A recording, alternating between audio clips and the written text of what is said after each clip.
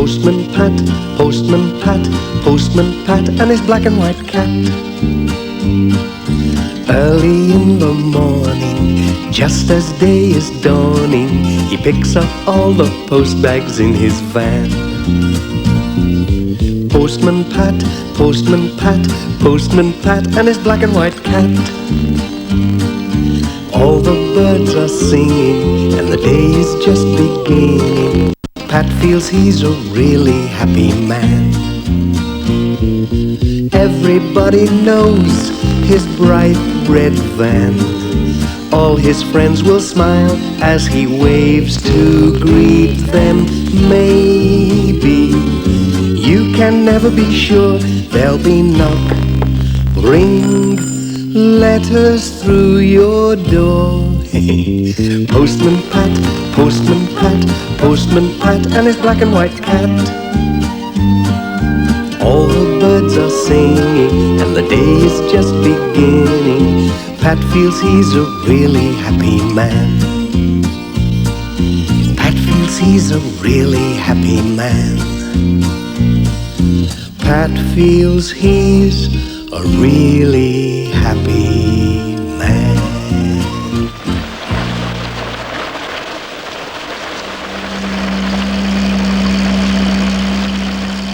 Ooh, another nasty day, said Pat.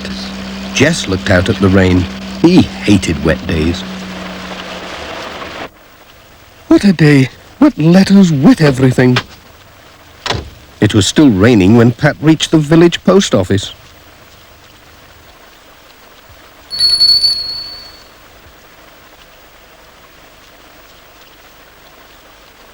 What dreadful weather!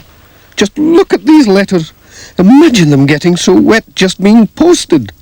It's like a wet wash day. I see what you mean. Never mind, they'll soon dry.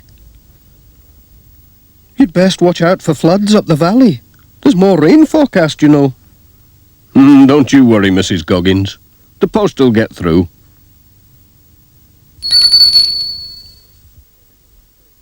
Oh, it stopped raining.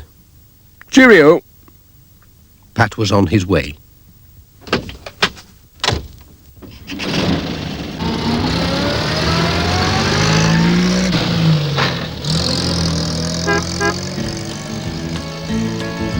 What a dismal day it was.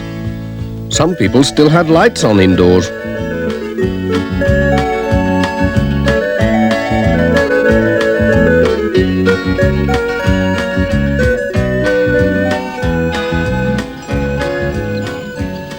What had happened to Peter Fogg? Pat stopped to find out.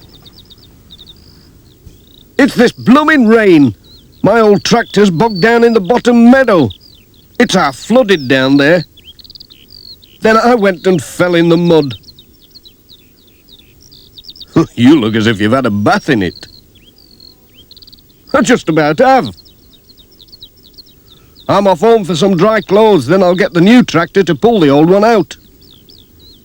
Good luck, said Pat. I think it's fairing up now. Cheerio.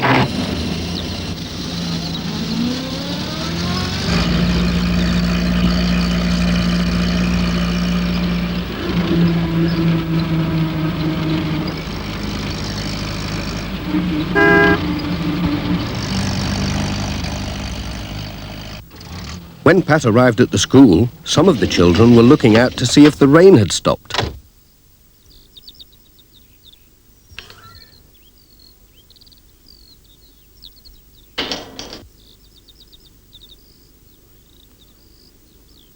He was surprised to see Charlie Pringle running out for the letters instead of Bill Thompson. Hello, Charlie. Where's Bill, then? He's off school today. They say there's flooding up at Thompson Ground. He'll be helping his dad get the sheep in. Well, don't drop the letters. They've already had one wetting.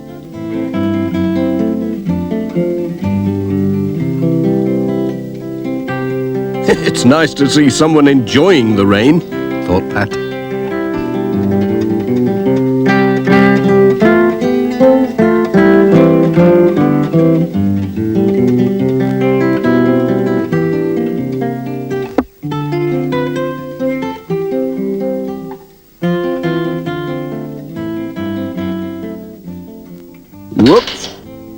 watch it. Cheerio!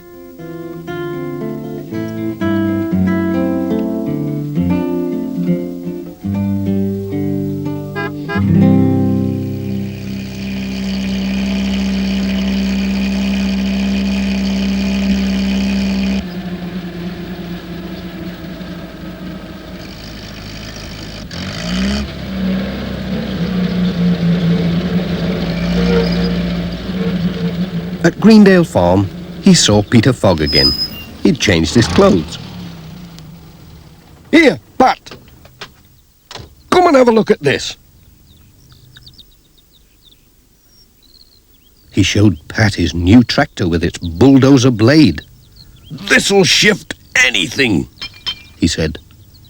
Bet it would, said Pat. Oh, here's your mail. Oh, ta! Bye!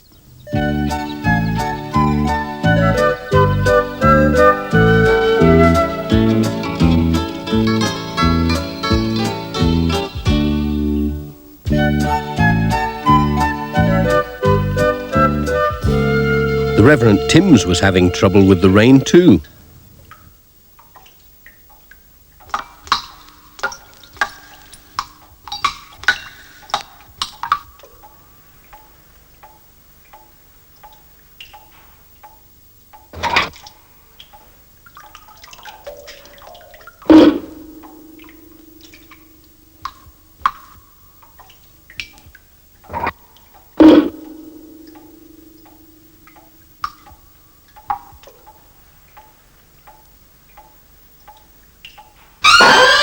Good day, Pat, said the Reverend. The rain rains on the just and the unjust. Look out! I'll ask Ted Glenn to bring his ladders and have a look at that roof, said Pat. Bye. Farewell, Pat.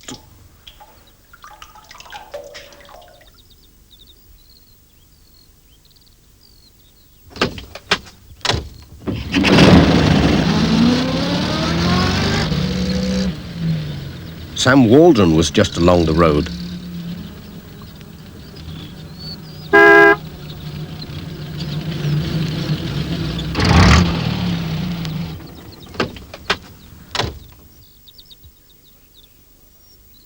Take it steady, Pat, said Sam.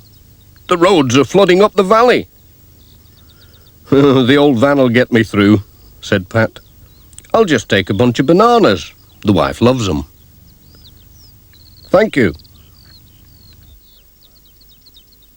Thanks, Pat. Jess was glad to stay in the van to keep out of the wet.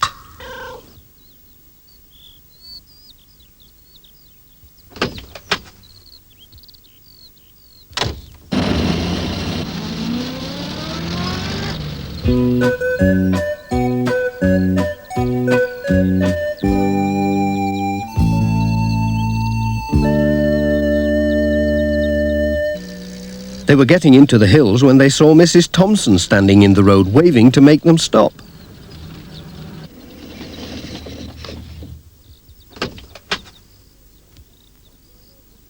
Hello, Mrs. Thompson. What's going on?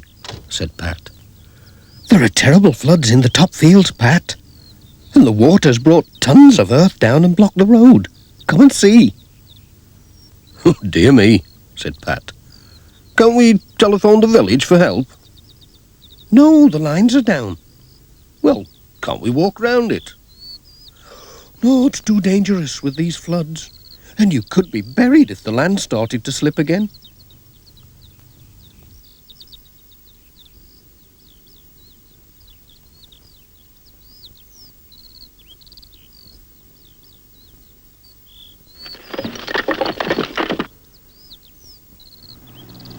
Here comes Alf.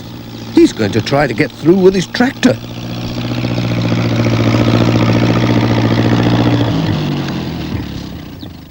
Do you think you can do it? Said Pat. I'll have a jolly good try. Off he went at top speed.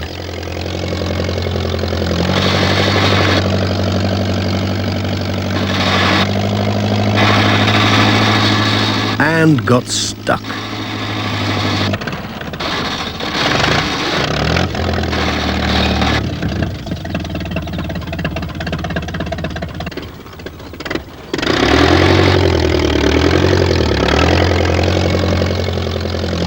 It's no good, said Alf.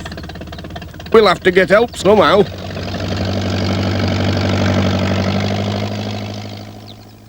Then Bill came with his model aeroplane.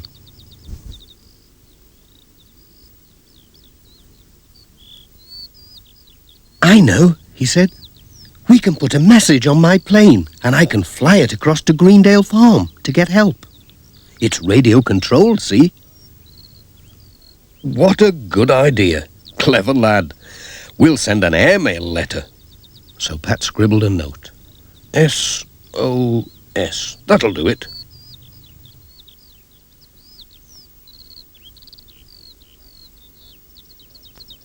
He tied it to the plane with a bit of Alf's binder twine.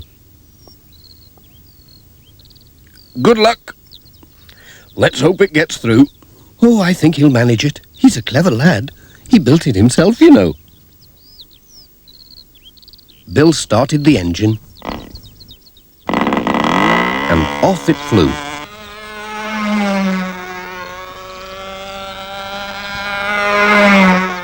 Away she goes. That's better than a van. I wonder if I could swap mine for a helicopter.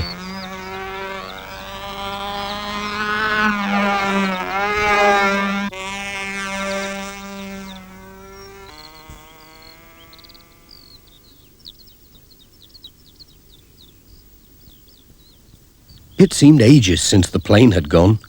Pat was just thinking it must have crashed when he heard a powerful engine coming up the road on the other side of the blockage. It was Peter Fogg on his new tractor with the bulldozer blade. Got your message! Mind your back! Oh.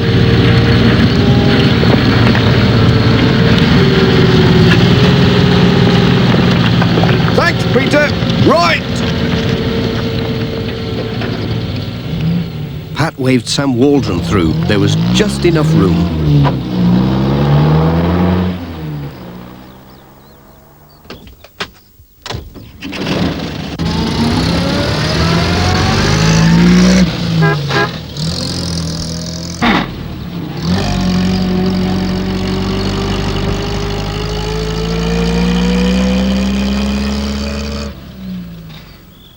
Ted Glenn was mending a wall for Mr. Pottage.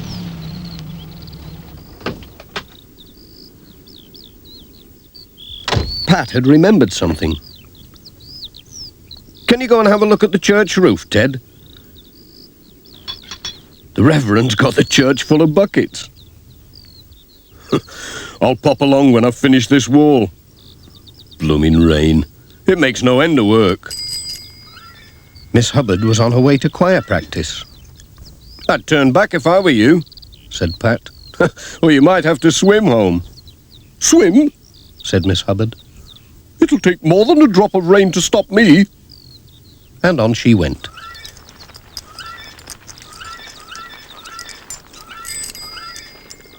I'll be on my way too, said Pat. Cheerio.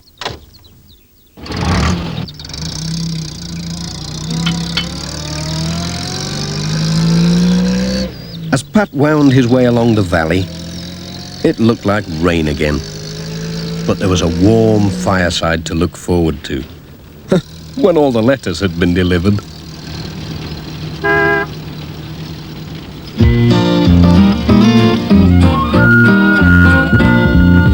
Postman Pat, Postman Pat, Postman Pat, and his black and white cat. Bom, bom, bom, bom, bom, bom, dum, dum, dilly, dum, bom, bom, rum, bom, bom, bom, bom, bom, bom.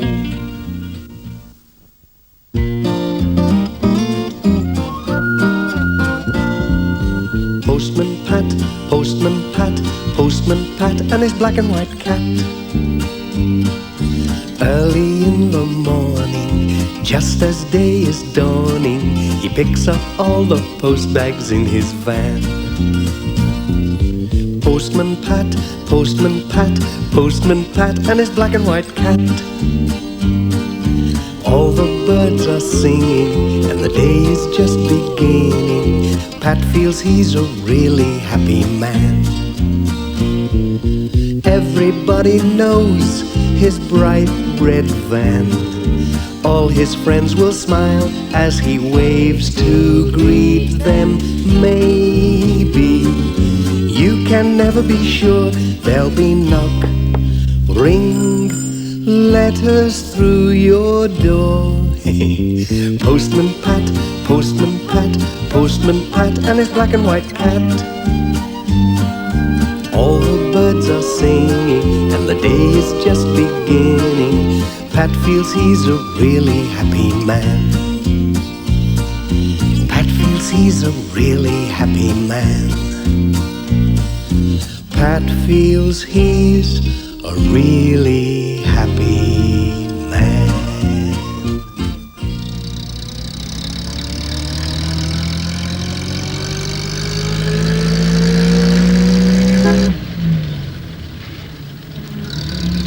What lovely weather for people on holiday, said Pat.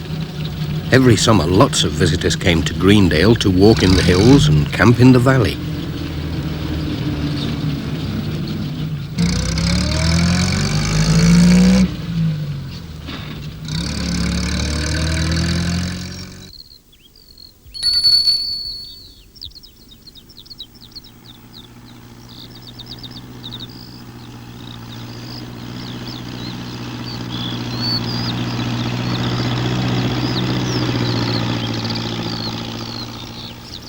They were talking about the visitors when Pat arrived to collect the day's post.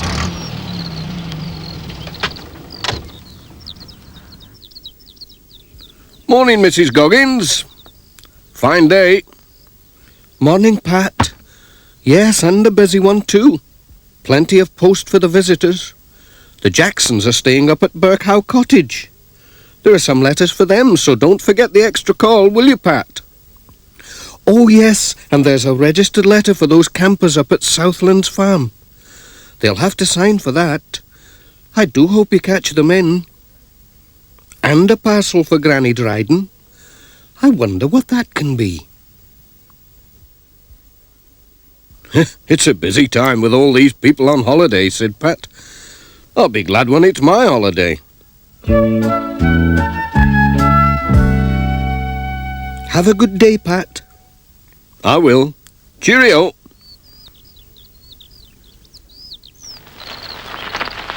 Morning, Miss Hubbard. Morning, Pat.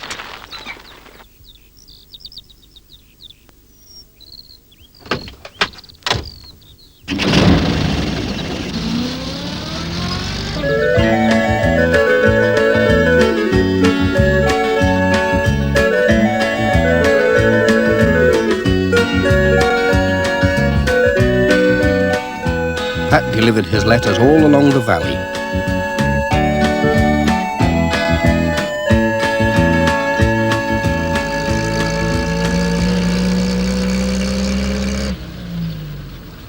At Birkhow Cottage, the Jacksons were away, but someone had left the gate open. And something unfortunate happened.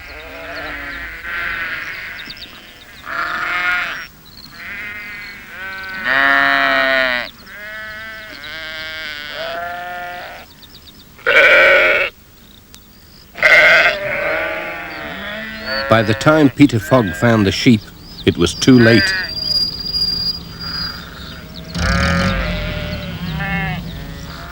When Pat arrived with the letters, he saw the sheep in the garden and decided to help.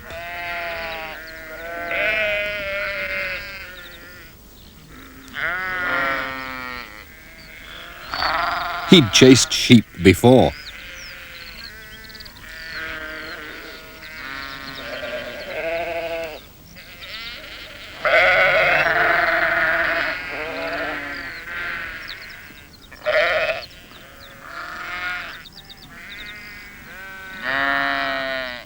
What a mess, said Peter.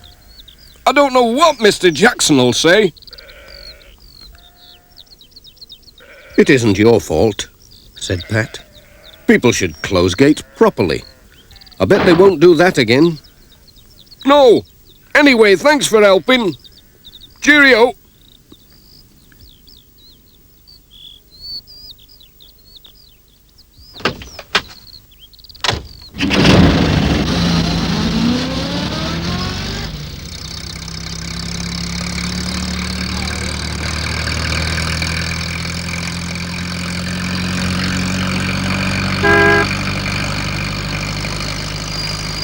The next stop was at Granny Dryden's cottage.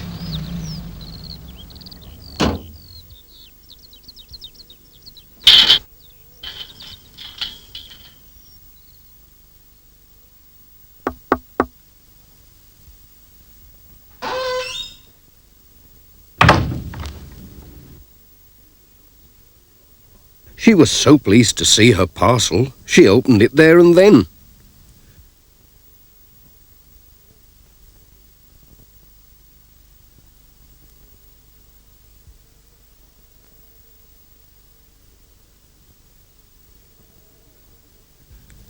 It was her new catalogue from Manchester. It was full of pictures of things to buy. Is there anything you'd like to order? Let's have a look. Ah. He chose a digital watch with a musical alarm. That's a funny watch. It doesn't look like a watch at all to me. Oh, it's a good one. It's a good one. It doesn't even need winding.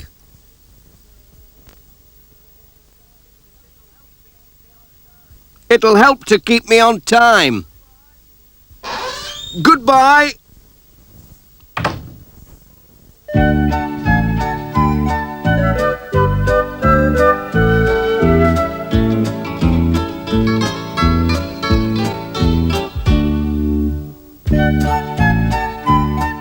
Pat was on his way.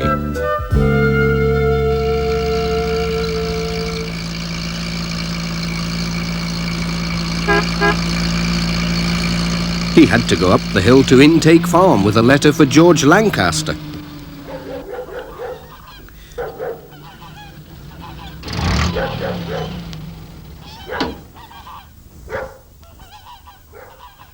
George didn't often get letters, so he was very pleased to see this one. You'll be passing the campers, won't you? Said George. Could you take them some eggs? Yes, that's all right. I've got a letter for them, so I'll have to stop there anyway. George went for the eggs. What beauties, said Pat. I must take care not to drop them, especially as they're all in one basket. Cheerio!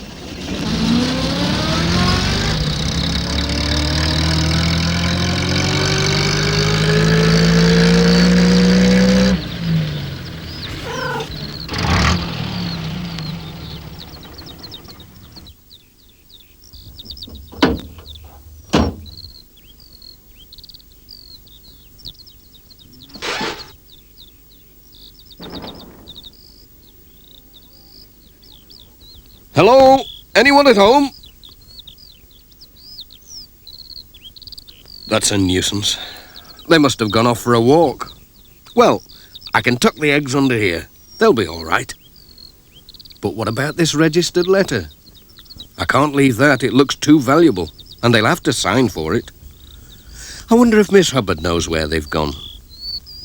Miss Hubbard's cottage was just across the field, so Pat walked over to see if she was at home. He was lucky. She'd just cycled back from the village.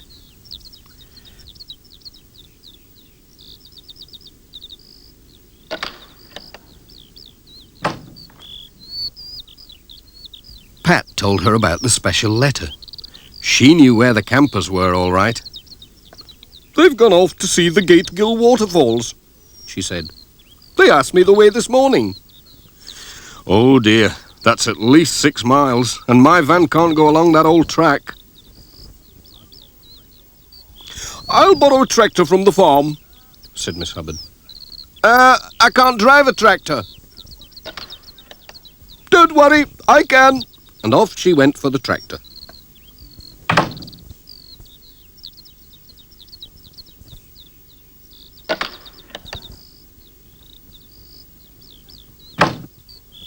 Pat wasn't sure that he wanted to ride on a tractor, but there was no other way.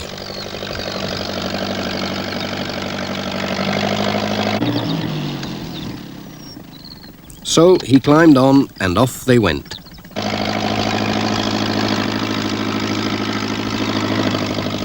It was a very exciting ride, and a rough one in places. Hold on tight.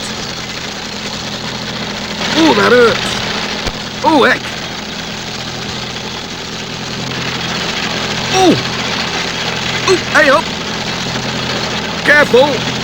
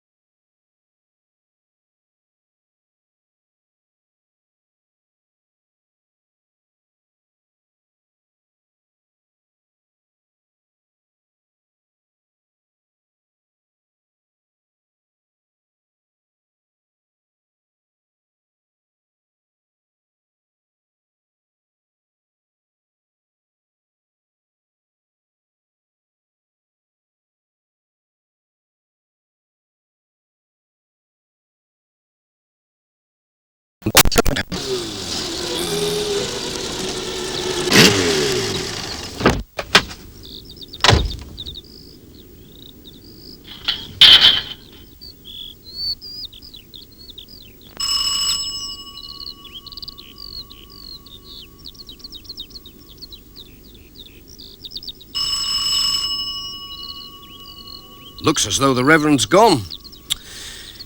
I'll leave a note in case he calls back before he goes to the station.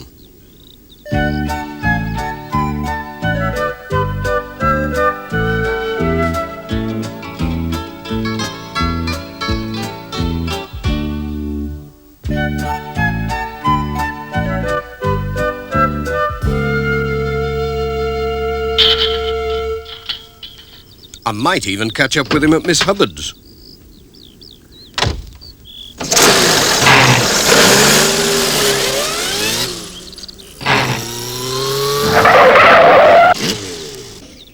Now, Jess, we can take a shortcut along the back roads.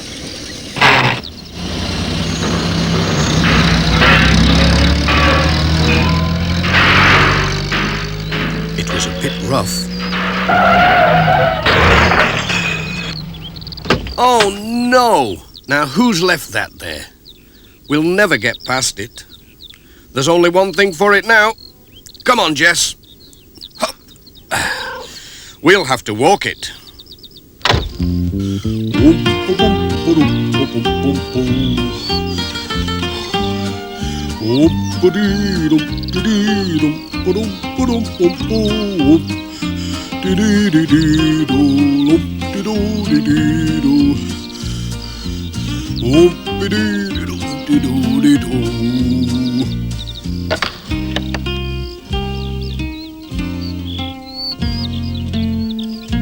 Hello, Pat.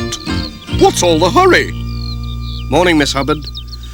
I'm trying to catch up with the Reverend. Have you seen him? Oh, he went a few moments ago. He's in a hurry too. He wants to catch the London train. Oh, no. He mustn't go to London. I've got an urgent message for him. He did say he had to call at Ted Glen's first. You might catch him there. You can borrow my bicycle. Go on. Thanks, Miss Hubbard. I'll try anything once.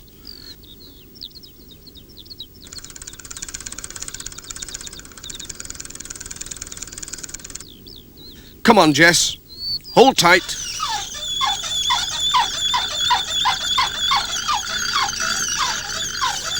Oh, dear. I couldn't do this every day.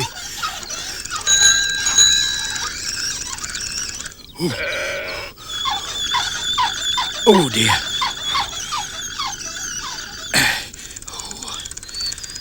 Oh, I'll be glad when this is over.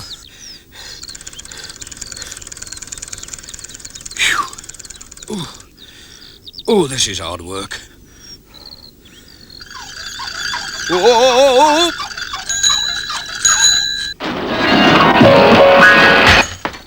Hello, Pat. Whatever are you doing? You all right? I'm trying to catch up with the Reverend. Oh, you're too late. The Reverend's gone.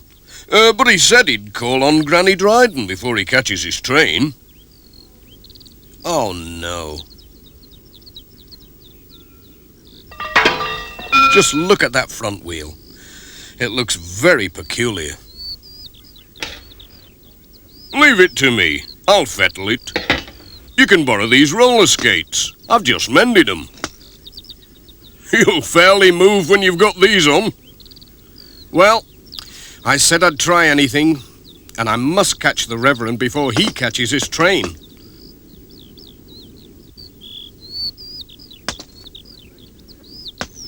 Thanks, Ted.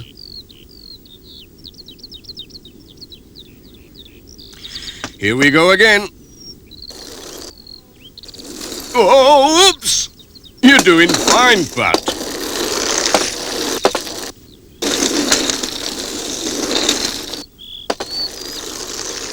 It's not so good uphill.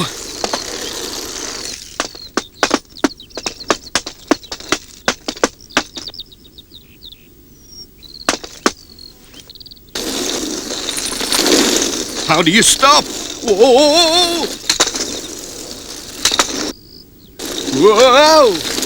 Hey! Whoa!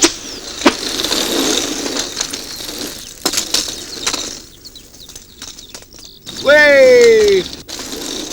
Whoa! Meanwhile, Sam was taking the Reverend to the train. I thought I saw Pat dive over that gate, said Sam. Hello, Sam. Reverend. Thank goodness you haven't gone to London. Pat told the Reverend all about his sister's phone message, saying she was coming straight to Greendale. Lord bless us, what a good thing you caught me in time. There's no need to go to London now. Thank you, Pat. Here comes Peter Fogg, said Sam. We'd better get out of the way. Goodbye. Peter was following Sam's van along the road. Hello, Pat. Sorry I blocked the road with me trailer. I'll give you a ride back to your van. Thanks, Pete. I couldn't walk it.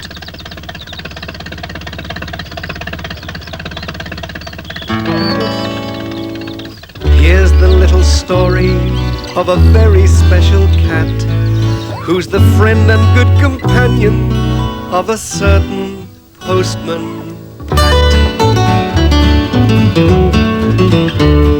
Traveling through the country with his good friend by his side, Pat knows his cat just likes to be there, for he always likes to ride through the beautiful valley and its lovely countryside, as he sits up by the window and the views go gliding by.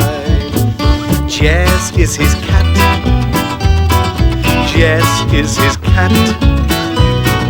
Jess is his cat, and it's always been like that, and it's always been like that.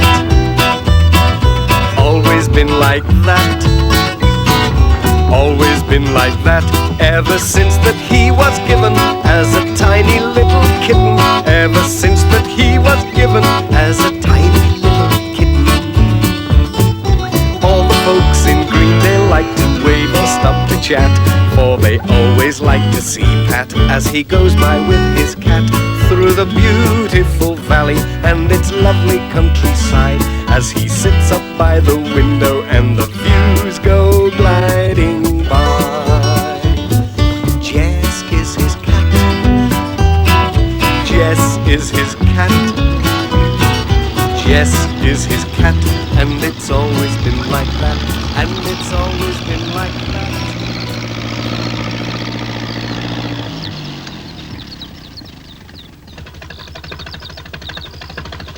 All right, Pat. Yes, thanks, Pete. Cheerio.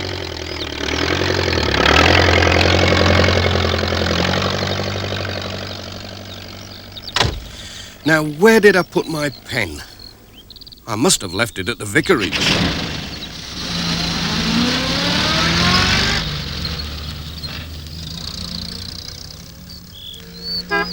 The Reverend Timms was carrying his sister's luggage into the house. I made it. Thanks to you, Pat, I got back just before my sister arrived. Oh, and I found your pen on my doorstep. Thanks, Reverend. I hope your sister enjoys her visit. Bye, Pat. Goodbye, Jess.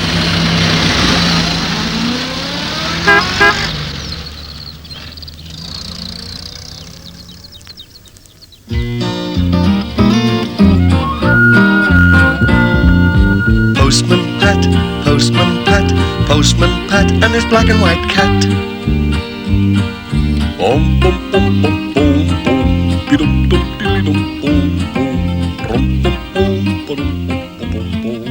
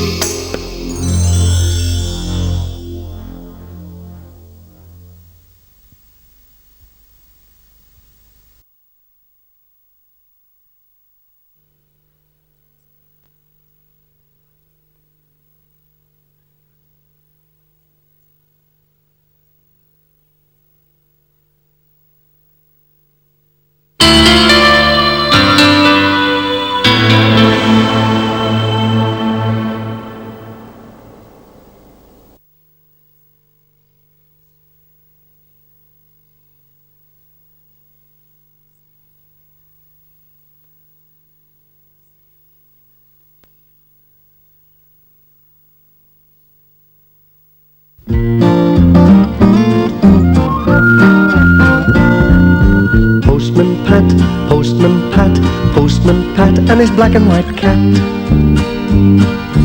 Early in the morning, just as day is dawning, he picks up all the post bags in his van.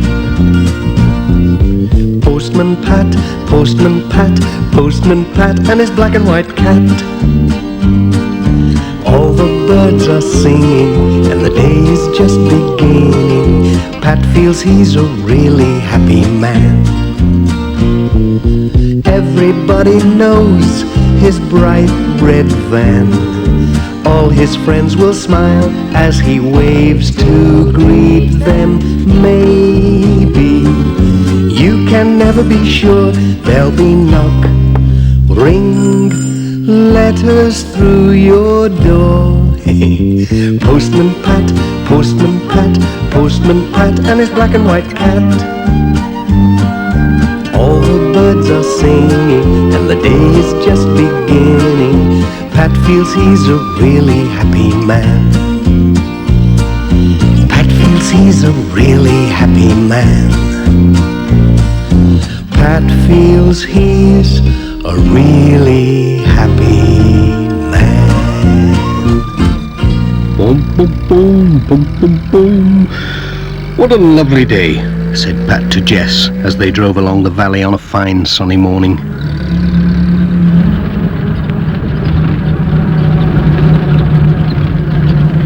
They came into the village and stopped at the post office as they did every day to collect the letters.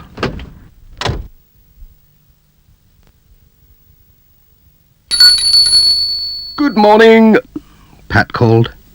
Morning, Pat, said Mrs. Goggins. Looks like a busy day for you, lots of letters and parcels. Well, at least it's a nice day for it. That's odd, said Mrs. Goggins. Most of the post seems to be for Katy and Tom Pottage. Ah, but of course it's their birthday. Oh, so it is, said Pat. Won't they be excited when they see all these parcels? They are lucky. I remember when I was their age, waiting for the post. Hey, I'd better be on my way. They'll be looking out for me. Well, I'll be off. Goodbye. Boom, boom, boom, boom, boom, boom.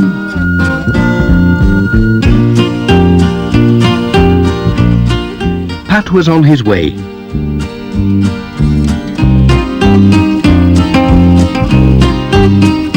Before going to the Pottages, he had to call at the village school.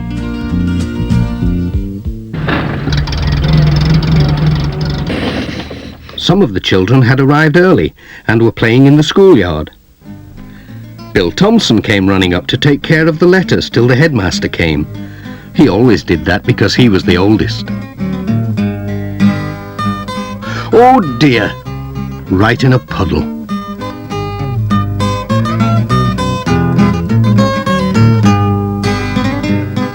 Sarah and Lucy Selby asked Pat if he was good at hopscotch because they'd just had new lines painted in the yard. Well, it's a long time since I played, said Pat, but I'll have a go.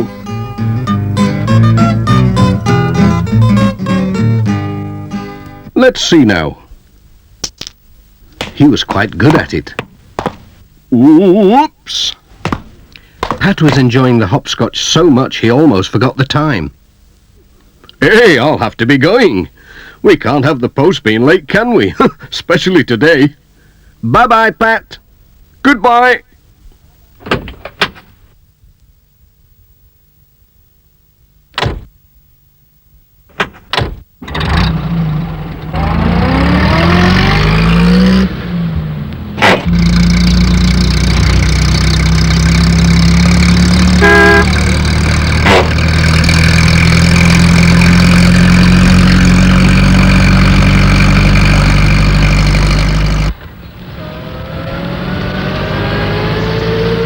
Pat turned in at Greendale Farm. Katy and Tom saw him coming and ran to meet him. They were so excited they couldn't wait to see what Pat had brought them. They're twins, you see, so it was a double birthday. Pat wished them a happy birthday, then took a letter to their mother.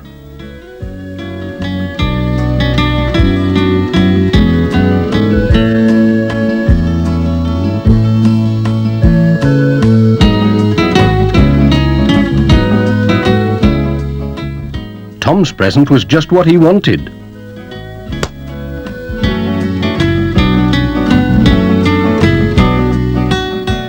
But Katy didn't seem very pleased with hers.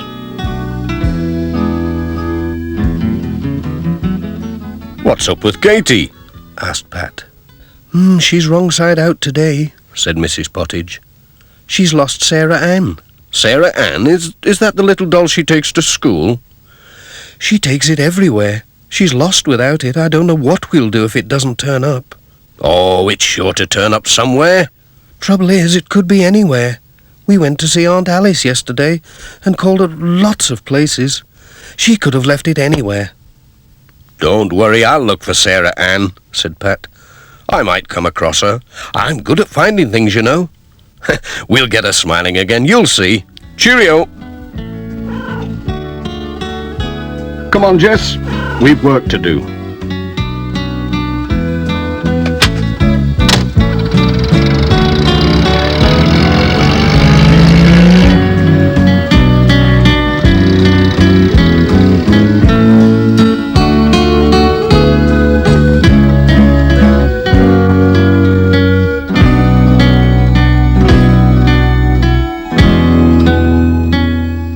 The next stop was the church.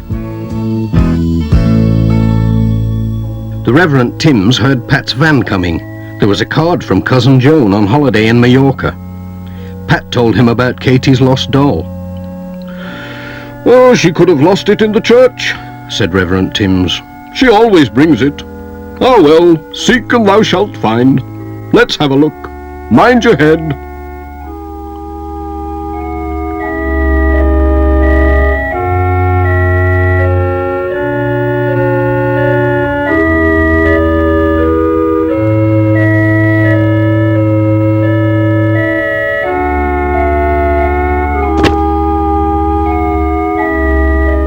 Found anything?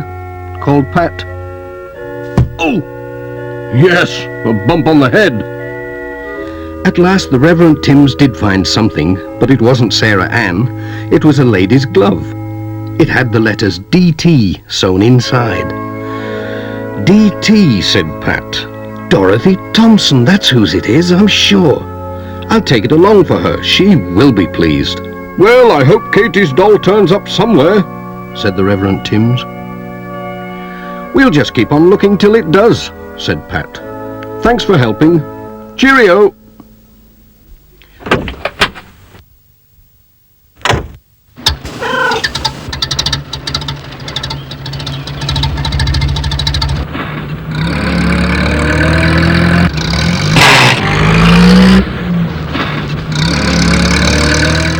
When Pat and Jess arrived at Thompson Ground, Mrs. Thompson was out with a basket, collecting the eggs.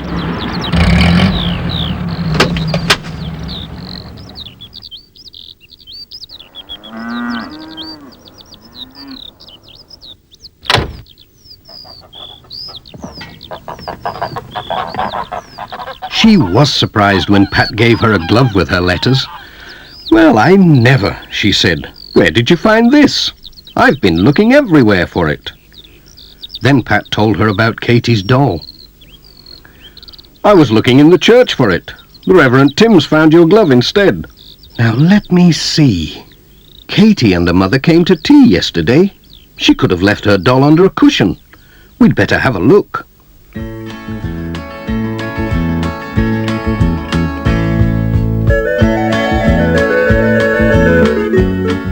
They searched everywhere.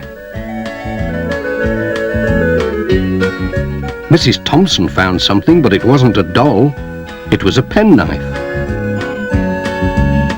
"Hey, that looks like Ted Glenn's knife." "Goodness knows when he left it here," said Mrs. Thompson. "Would you take it along for him? He will be pleased to have it back." "Yes, I'll take it."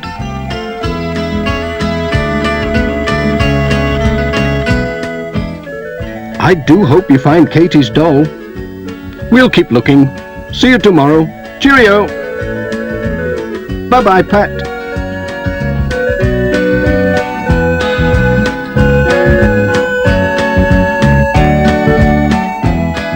"What a day," said Pat to Jess. "We found a glove and a penknife but no Sarah Ann. I wonder if there's any chance of finding her at Ted Glen's.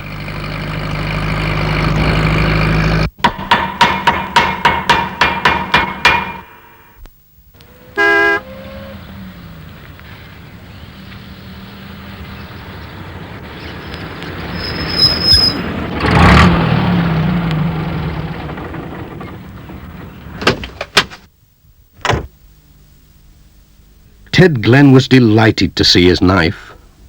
He couldn't guess where Pat had found it.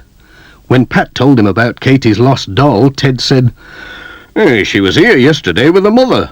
They brought a lamp to repair." So they went to look in Ted's workshop.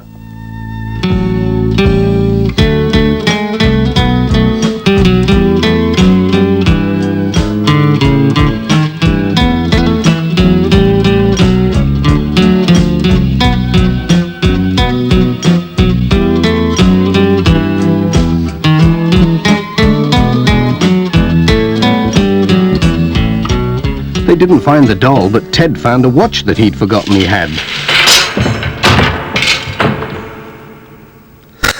Enjoying yourself, Pat? "That's Miss Hubbard's," he said. "She brought it to be mended ages ago. She must have forgotten all about it. Would you take it for a Pat?" "Certainly. I'm going that way."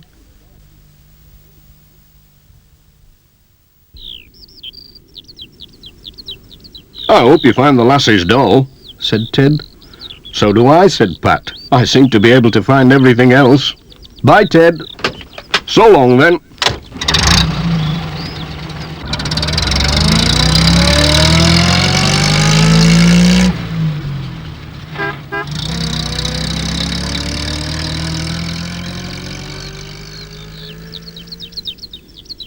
Miss Hubbard was shopping at Sam's mobile shop, whilst Sam was enjoying a cup of tea.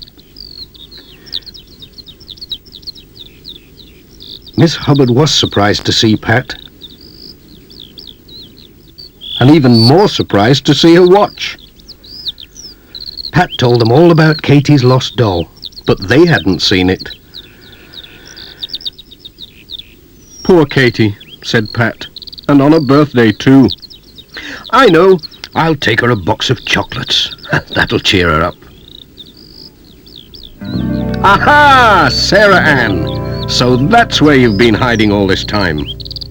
"It's Katie's doll," said Pat. "I found her when I wasn't looking for her, sitting behind the chocolates." Sam was amazed. That child gets everywhere. "I'll take the chocolates anyway," said Pat. "They'll make a nice birthday present." "Cheerio!"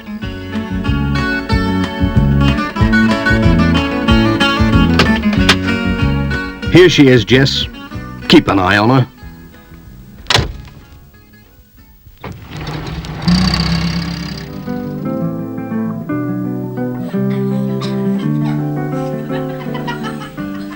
When Pat arrived at the twins' party with Sarah Ann and the chocolates, Katie gave a big smile, the first that day.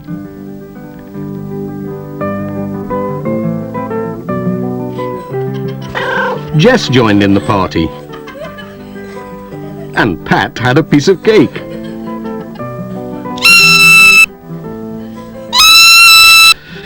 "Delicious," said Pat, "but it's time we were off." "Bye-bye, Pat. Bye." "Goodbye, everyone. Have a good time."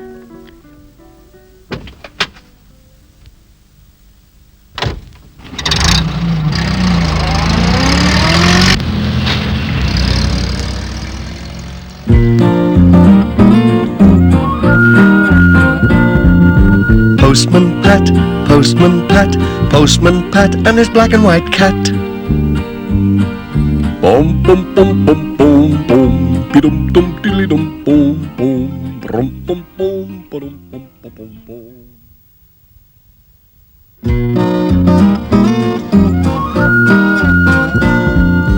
Postman Pat, Postman Pat, Postman Pat and his black and white cat.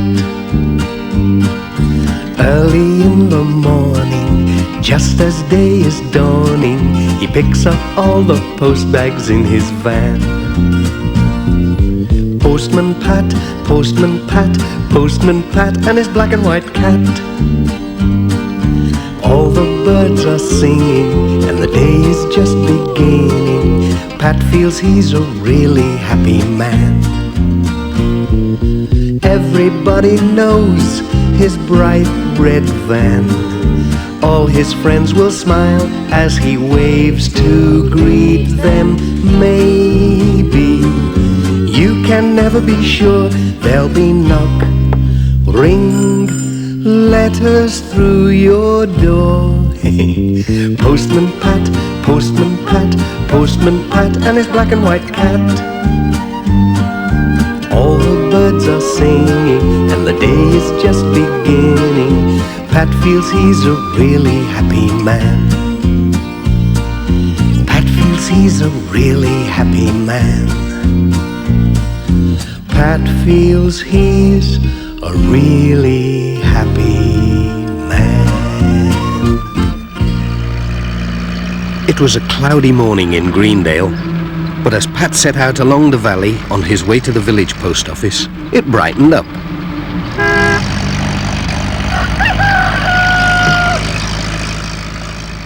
A large van was parked in the narrow road. It was Sam's mobile shop. It was going to be a tight squeeze getting past. Come on, straighten up.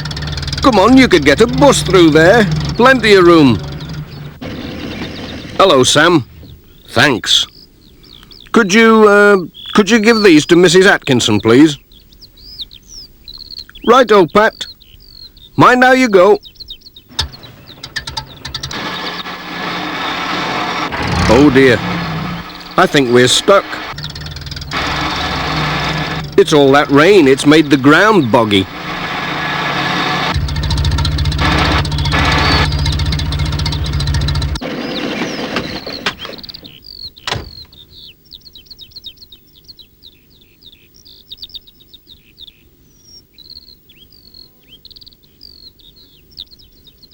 Hello, Pat.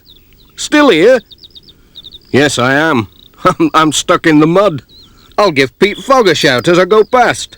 He can tow you out with his tractor. Hang on. Thanks, Sam. Well. Looking at life through a farmer's eyes, always aware of the changing skies. The wind and the rain, they all make their claim as he plows and he sows and sets seeds into rows.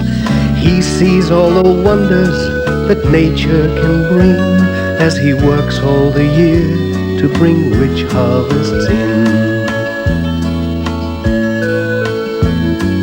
Looking at life through a farmer's eyes, always aware of the changing skies.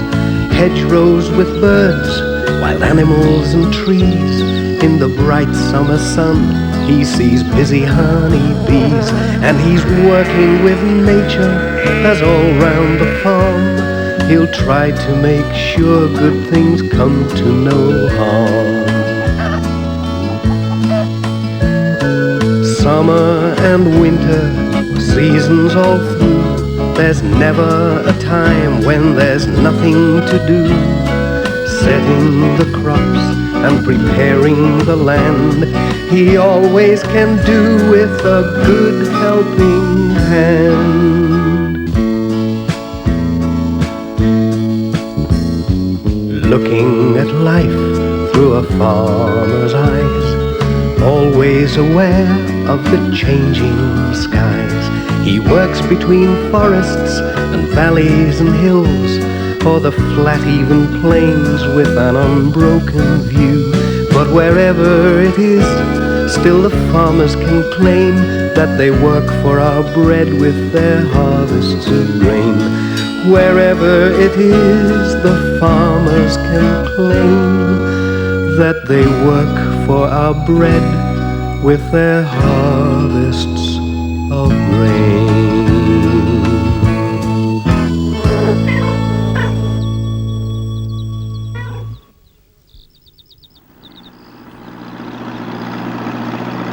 Peter came at last.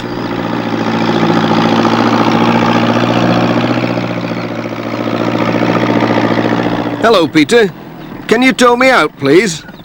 My van's stuck in the mud. Easy! Sam said you'd need help. I'll just back up.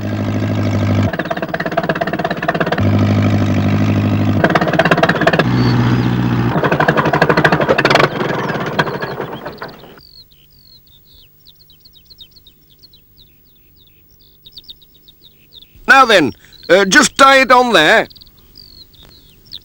Right.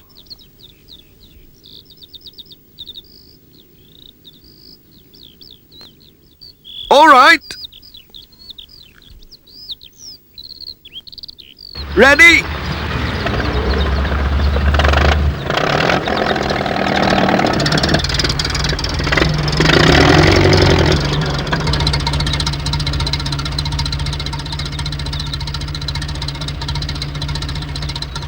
Bye. Thanks a lot. Pat was on his way again.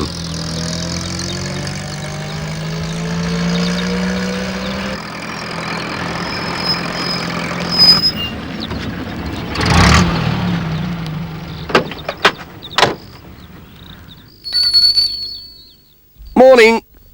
Morning, Pat. You're a bit late today. Yes, I got held up down by Atkinson's. I was trying to get past Sam's van, and I got stuck on the grass verge. Then I had to wait for Peter Fogg to come and pull me out with his tractor. Oh, a good thing he did. Look, Major Forbes' bull. It won first prize at the county show. Isn't it a magnificent animal? Have you seen it? No, and I don't think I want to either. There's a letter for the Major, so you might meet the bull. Better keep a sharp lookout. I'd run a mile if I saw it. Cheerio.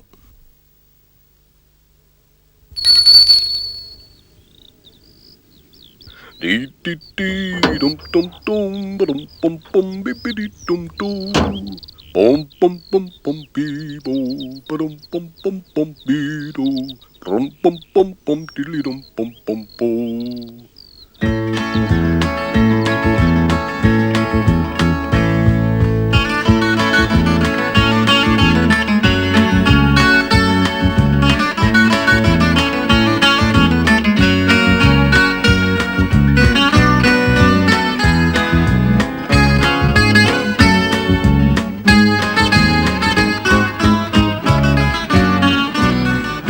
Ted Glenn was waving to Pat to make him stop.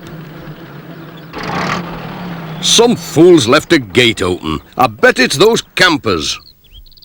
The sheep have got into the clover field. It'll kill them if they eat too much. Can you give me a hand to drive them back? Yes, of course I will. I used to work on a farm when I was a lad. Have they gone far, then? You can see them, up there. They've spread out a bit. We'd better get after them. Hang on, Pat. We've left a gate open now. We're as bad as the campers. I'll shut it.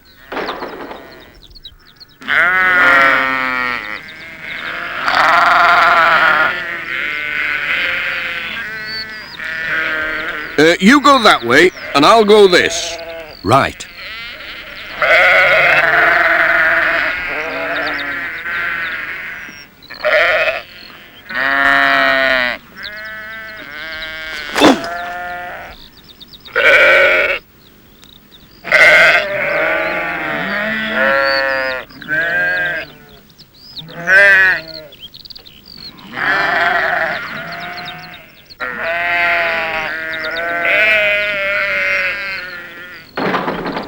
Phew.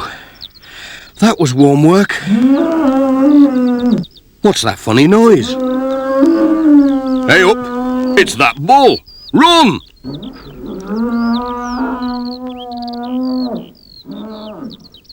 Oh! Oh! Hey, wait for me! What's up, Ted? Oh, it's my ankle. Oh! By gum, it does hurt. Ouch! I can't get up. I think I've broken it. Now what are we going to do? You can't sit here till it gets better. I'd better go and get Dr. Gilbertson from the village. Won't be long.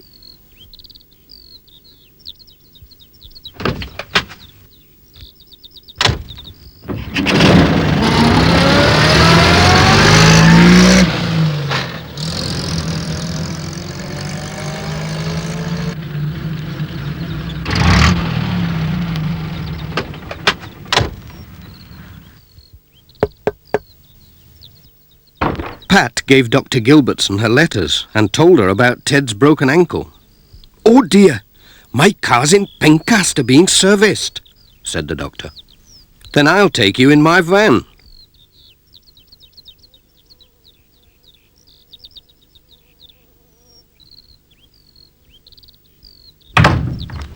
So Dr. Gilbertson brought her bag. She sat in Jess's place.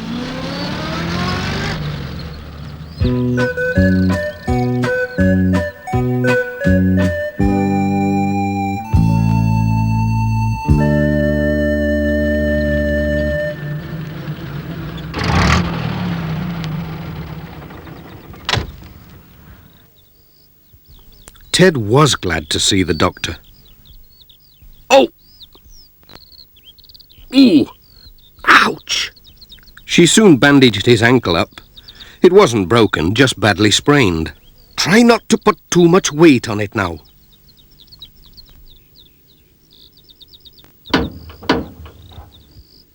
Pat's walking stick came in handy. Thanks, Pat. Oh. By gum. You'll have to ride amongst the letters, Ted. Easy now. Oh dear.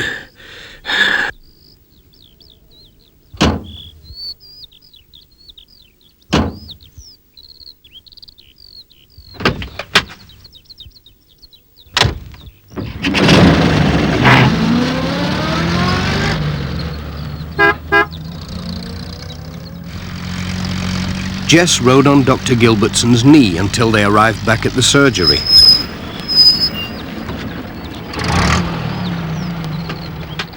Bye, Pat.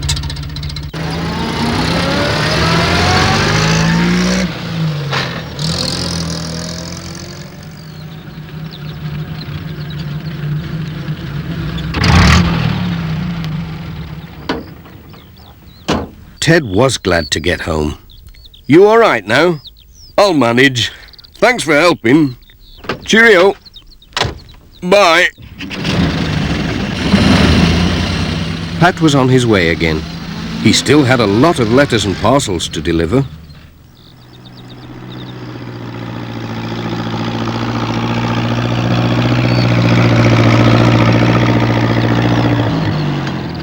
Hello, Alf. Hello, Pat. Thanks for getting the sheep back. It's the same thing every year.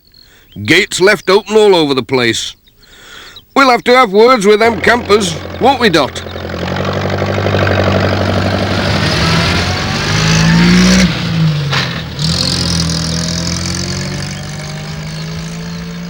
What a morning, Jess. Rounding up sheep, dodging bulls, fetching doctors. And now we're late with all this post. We'll have to get a move on this afternoon.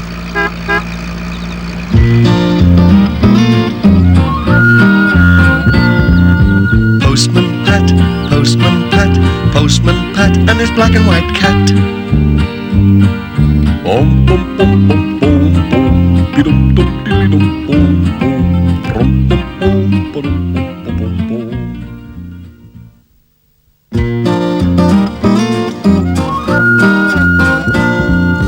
Postman Pat, Postman Pat, Postman Pat and his black and white cat.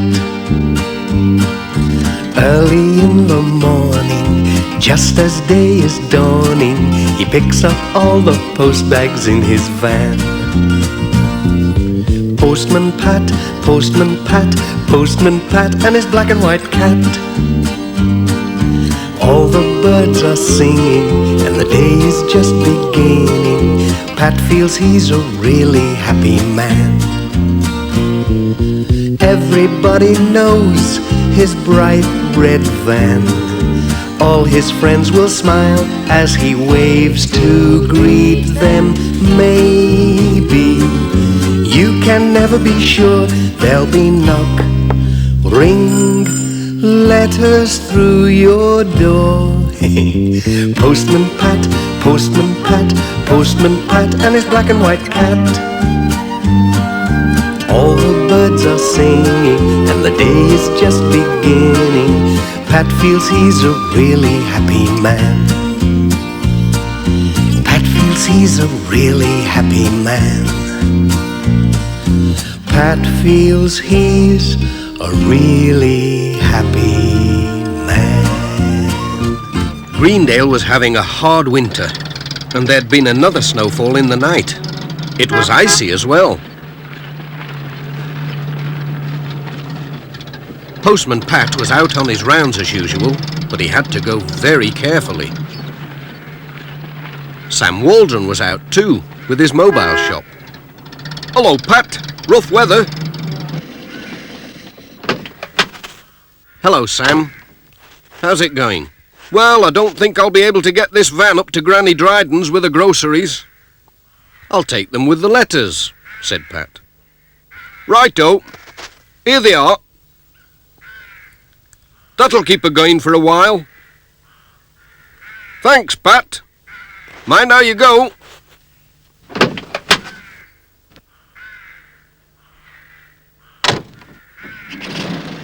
Cheerio! And Pat was on his way. He skidded and slithered along the steep road to Granny Dryden's house.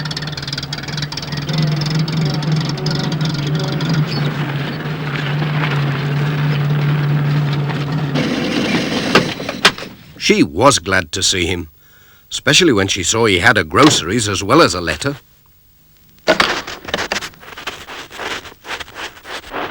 Good morning!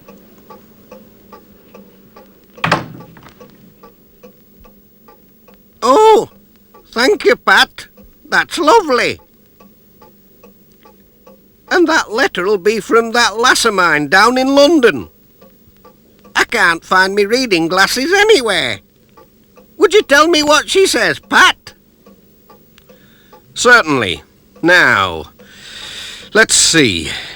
She says, Dear Mum, just a line to let you know...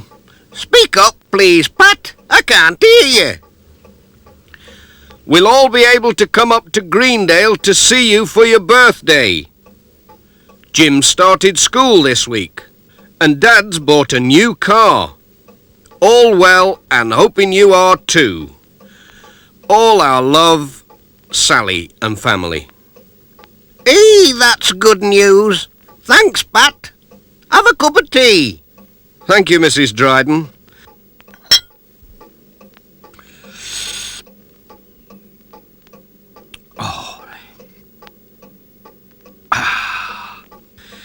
Just the thing, this cold weather. I'll be on my way before it starts snowing again. Goodbye. Bye, Pat.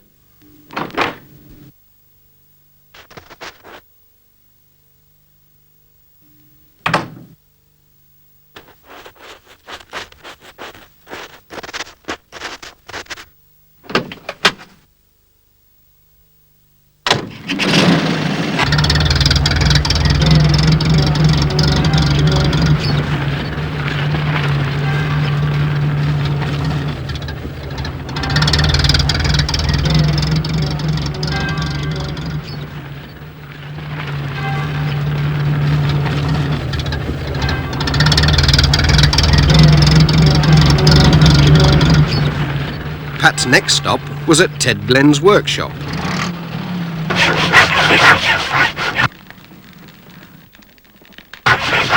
Morning, Ted. Hello, Pat. Why, brr, it's cold outside. That's a grand stove you've got there. I could do with that in my van. Ooh, it's lovely. Here's somebody writing from a warm place. Australia. It'll be our Bert. It's ages since he's written. That reminds me. I found Bert's old skates this morning. I reckon they'll be just about your size, Pat. Do you fancy trying 'em out? They say the tarn's frozen hard. Well, I don't know. I'd love to have a go. Is the ice safe? Has anyone checked it? Yes, Miss Hubbard. Take them anyway. You never know when they might come in handy. And I've got some of my own. Thanks, Ted. Cheerio.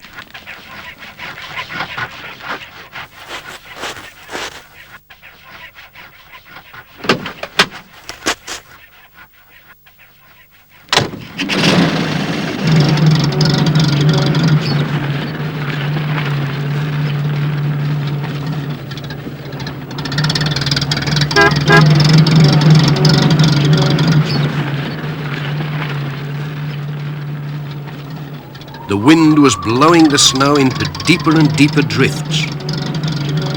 Soon Pat had to stop. The road was blocked. He thought he would never get through with his letters now.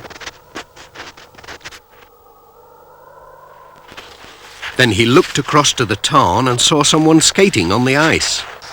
It's worth trying, Jess. I can take a short cut across the ice. Come on, Pat, it's lovely! You stay here, Jess, and mind the van. I'll just put these skates on.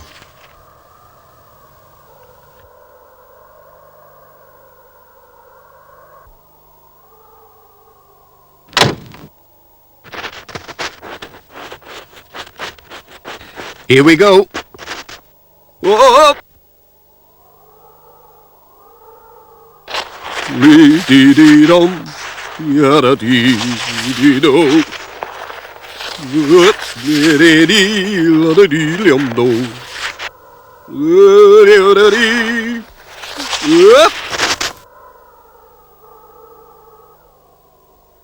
Hello, Pat. Hello, Charlie. Special ice delivery today. Thank you. Good skating.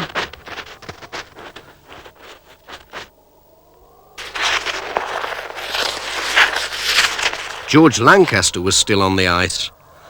He did get a surprise when Pat whizzed by with a letter.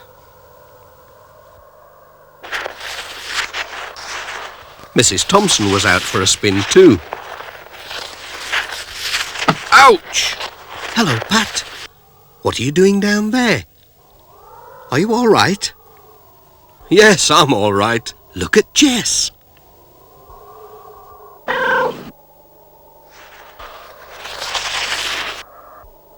Whoa! Come on, Jess. That's enough skating for today.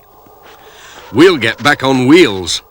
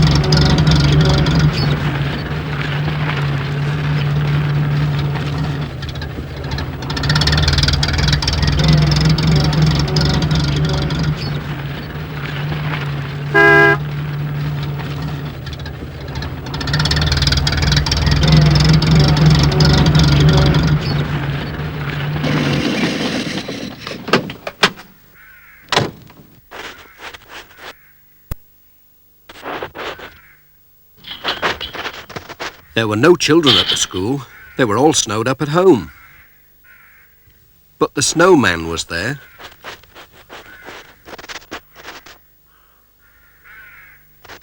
Pat had an envelope in his pocket, so he addressed it to the snowman. Mr. Snowman, The Drift, Greendale School, and tucked it under his arm. Hello, who's that? It was Miss Hubbard and Ted. Hello, Pat. Have you seen my bicycle? The snow must have buried it. We'll have to find it. You dig there, Ted.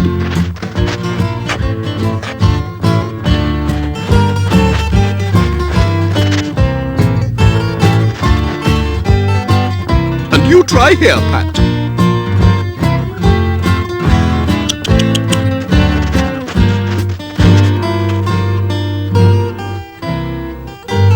Oh, where can it be? Who left this gate open?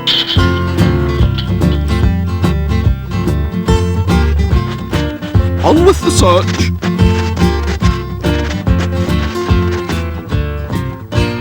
Tut, tut, tut.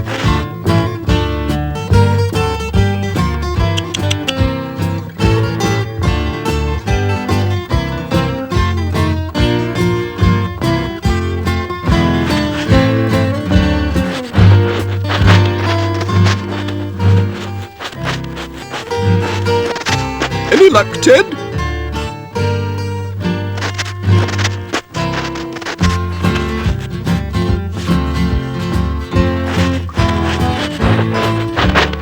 Found something?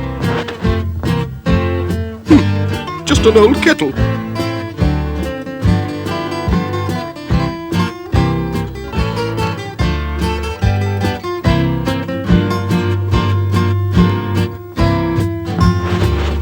I think it's here.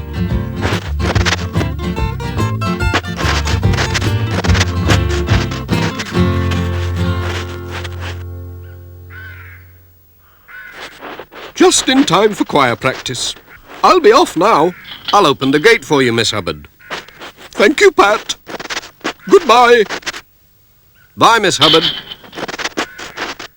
Nothing stops her, does it? See you in church on Sunday.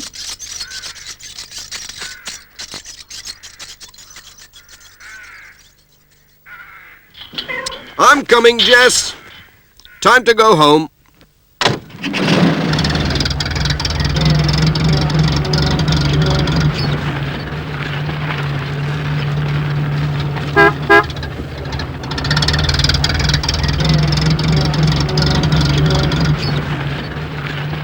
Cheer up, Jess. This snow can't last forever.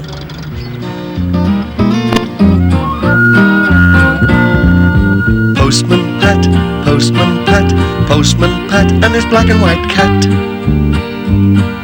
Bom bom bom bom bom bom, dum dum dilly dum bom bom, bom bom bom bom bom bom bom.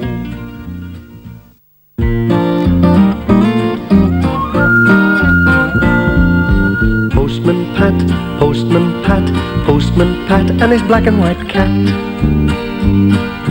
Early in the morning, just as day is dawning, he picks up all the post bags in his van. Postman Pat, Postman Pat, Postman Pat, and his black and white cat. All the birds are singing, and the day is just beginning. Pat feels he's a really happy man. Everybody knows his bright red van. All his friends will smile as he waves to greet them. Maybe you can never be sure. There'll be knock, ring, letters through your door. Postman Pat, Postman Pat, Postman Pat, and his black and white cat. All the birds are singing, and the day is just beginning. Pat feels he's a really happy man. Pat feels he's a really happy man.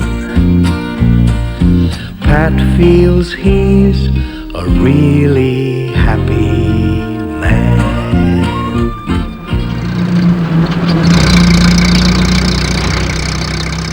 One sunny morning, Pat was hurrying along the road with a van full of letters and parcels for the people of Greendale.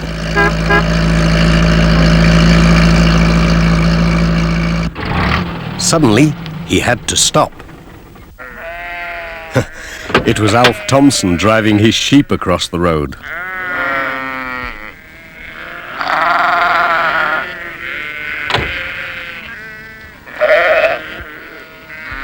Don't worry, Jess.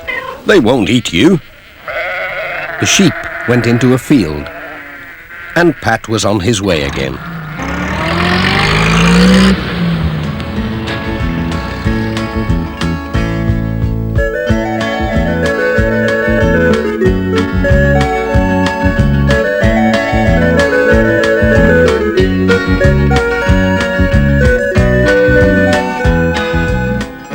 His next stop was at the village school.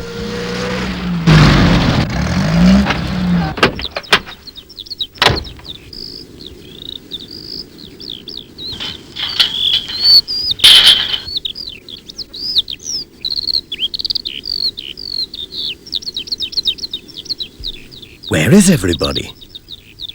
The children were bringing things to school for a display. Charlie Pringle had a bunch of flowers. Lucy Selby had brought a basket of eggs. My, your hens have been busy. And Tom Pottage had some day-old chicks. Hey, mind how you go. Whilst looking at all these things, Pat had forgotten his letters. But Bill Thompson came along with a cup of tea. Thank you, said Pat, and Bill took the letters. Sarah Gilbertson came for his cup. Have you done? She said. Nearly. Thanks, Sarah.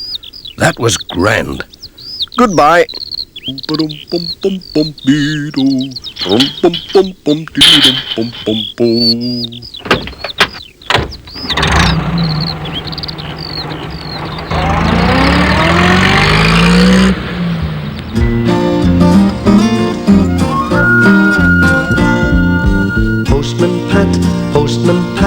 Postman Pat and his black and white cat.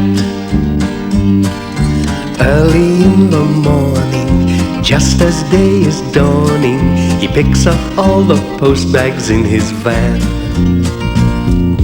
Postman Pat, Postman Pat, Postman Pat and his black and white cat. All the birds are singing and the day is just beginning. Pat feels he's a really happy man. Everybody knows his bright red van. All his friends will smile as he waves to greet them. Maybe you can never be sure. There'll be knock, ring, letters through your door. Postman Pat, Postman Pat, Postman Pat and his black and white cat. All the birds are singing and the day is just beginning. Pat feels he's a really happy man. Pat feels he's a really happy man.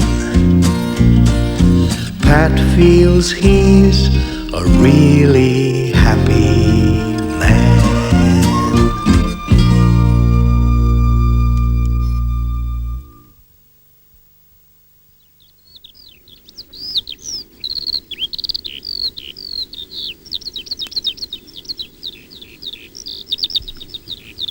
Pat was getting on well with his round. He locked his van, and as it was a nice day for a picnic, he took his sandwiches to a field on the hill above Thompson Ground. Hey, it's been an easy day today.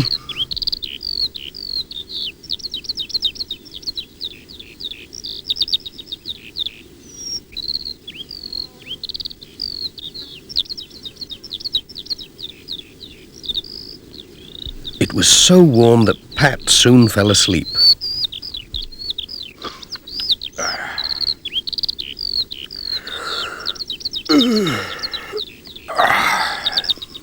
Oh dear.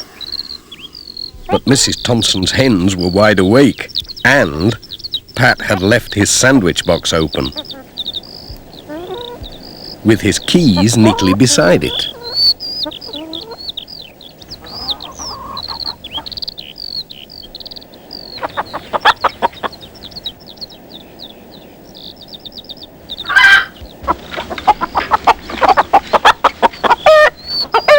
The noise woke Pat just in time to chase after his sandwiches. And then he turned round in time to see a cheeky hen stealing his keys.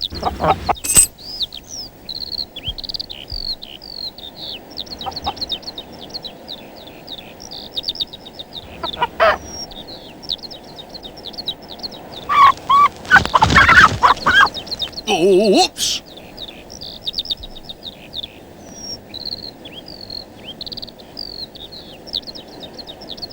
I must get my keys back. I can't open the van or deliver my letters without them. Oh, so that's where you've got to. Oh dear, it's a long time since I climbed a tree. But here goes.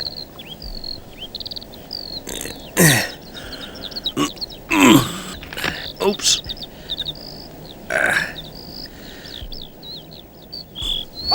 Pat was just reaching out when the hen dropped the keys and flew off. Now the keys were stuck in the tree, and as Pat was climbing towards them, the branch gave way and... Whoa! Oh! Right in the middle of a prickly bush. Ouch! Mrs. Thompson had heard the commotion and came to see what was going on. Pat told her about the thieving hen. "Dearie me," said Mrs. Thompson, "the little devil. She must think she's a magpie or some such. We'd better get a ladder and see if we can reach your keys." There'll be no more post today unless we can, said Pat. That won't do, said Mrs. Thompson. especially when I'm expecting a letter from Auntie Jean to say whether she's coming for Easter or not. So they went for the ladder.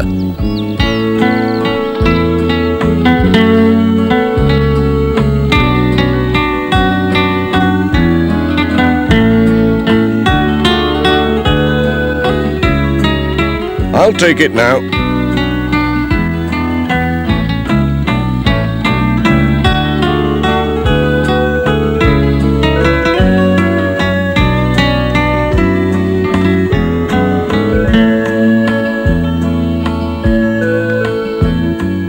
They're here, all right. Look, I've got them. There's something else up here. Lots of things. It's like a magpie's nest. My!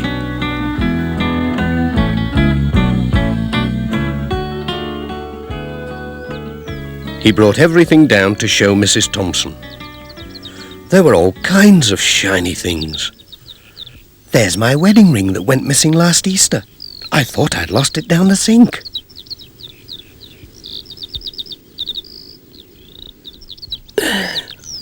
That's all right. I'll get it down. Mind your head.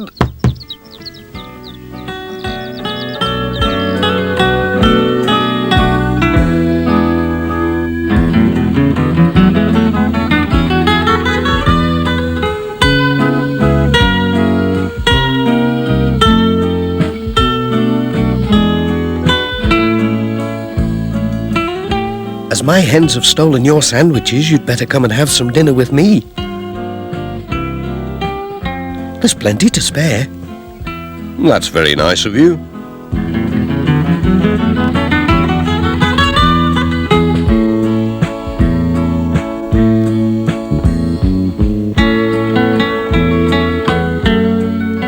Pat was glad he'd lost his sandwiches when he saw what a good dinner Mrs. Thompson had cooked. Mrs. Thompson was glad too. She'd got her ring back.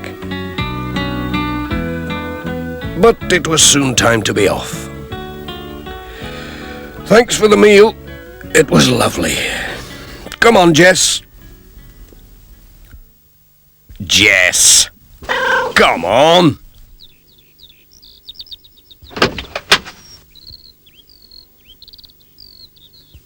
Just fancy, said Pat.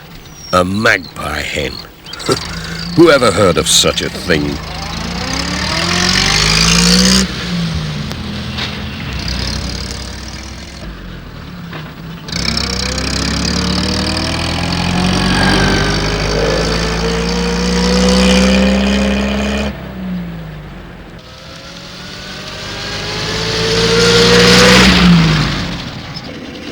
stopped to tell Sam Waldron about the magpie hen. "You'd better keep away from my van," he said. "I wonder if that's where my tie-pin went."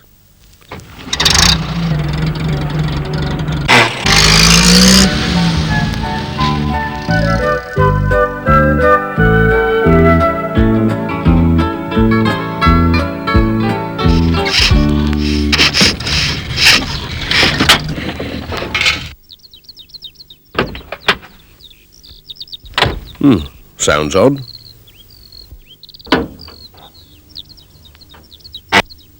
Oh, just needs a clean.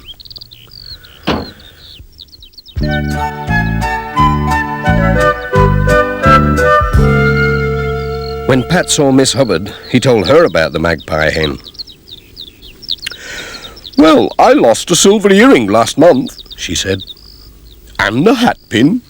I wonder if they're up a tree somewhere. I must go and see Mrs. Thompson."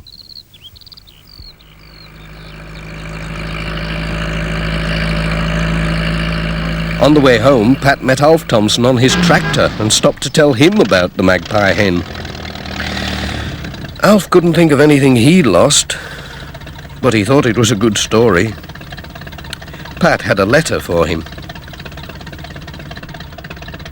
"Ooh, one for me. I'll not lose this anyway. Cheerio.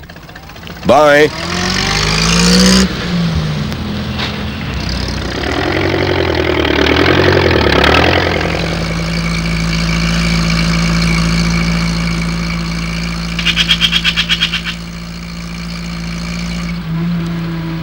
Pat saw some real magpies on the way home and wondered if they had taught Mrs. Thompson's hens to steal. As for Jess, he was asleep.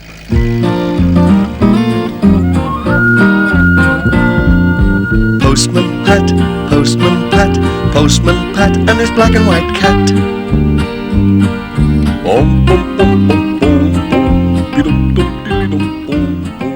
Rum bum bum ba-dum bum bum bum bum.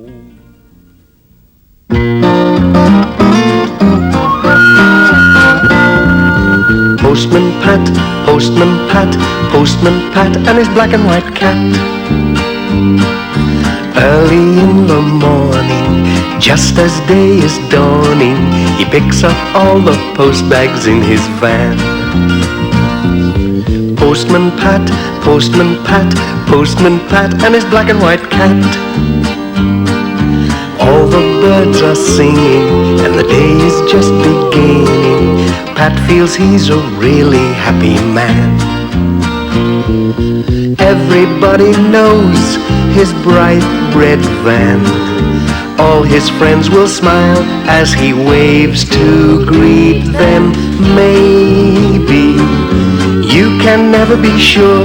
There'll be knock, ring, letters through your door. Postman Pat, Postman Pat, Postman Pat, and his black and white cat. All the birds are singing, and the day is just beginning. Pat feels he's a really happy man. Pat feels he's a really happy man. Pat feels he's a really happy man. There was a thick fog in Greendale. Pat had to go slowly along the winding lanes. Someone waved to him, but he couldn't make out who it was. Good morning," he shouted. He was late when he reached the village post office.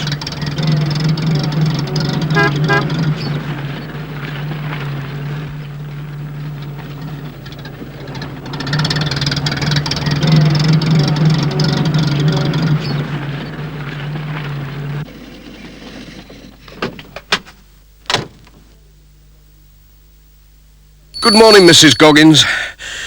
Sorry I'm late." "No need to hurry," said Mrs. Goggins. "There's no sign of the letters yet. It'll be this nasty fog. Come and sit yourself down and have a nice cup of tea." "Thank you. That'll be lovely after that foggy drive," said Pat. "I'll just brew up."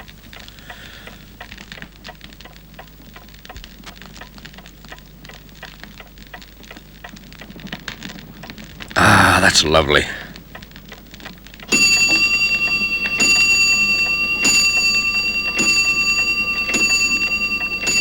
Pat was just getting warm and comfortable, and Mrs. Goggins was just bringing the tea and biscuits, when bing went the shop's doorbell. "It's early for a customer," said Mrs. Goggins. "That's a good cup of tea," said Pat. But Mrs. Goggins came in with the mailbag. "It's here," she said. "What, already? How did he get through so quickly?" "There's no fog down at Pencaster. It's only in Greendale. So he's not as late as we thought he'd be." Just as I'd picked my favourite biscuit. Oh well, no time for that now. I'd better get on my way.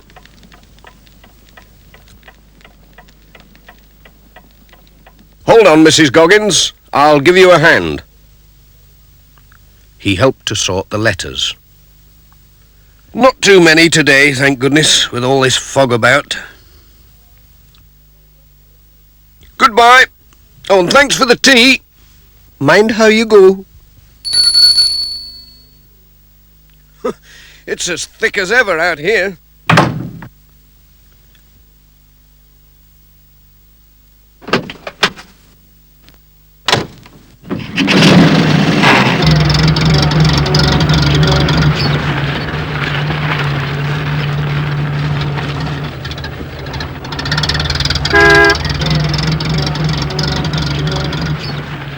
Pat knew the Greendale roads well enough, but they looked different in the fog, and his lights weren't much help.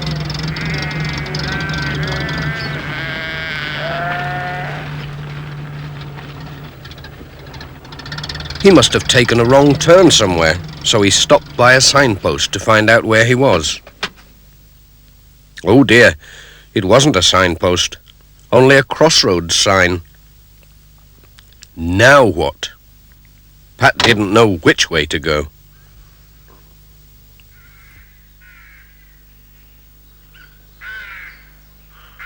He walked along the lane, trying to see through the fog. I can't see a thing. Oh, I'd better not lose sight of the van. Hey dear, even my glasses are fogged up.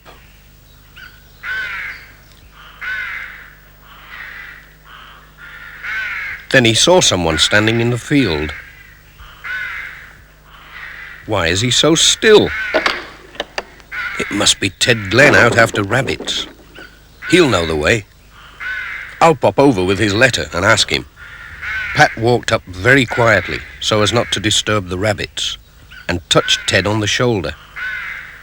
Ted didn't move. Pat put the letter in Ted's pocket. He still didn't move. Pat gave him a nudge. Oh, it was a scarecrow.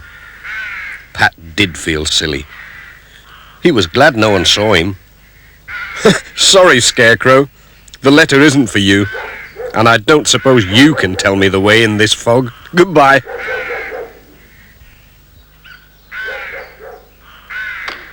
He was just wondering what to do when he saw some lights coming through the fog. It was Alf Thompson on his tractor. Luckily, he wasn't lost. He soon showed Pat which way to go.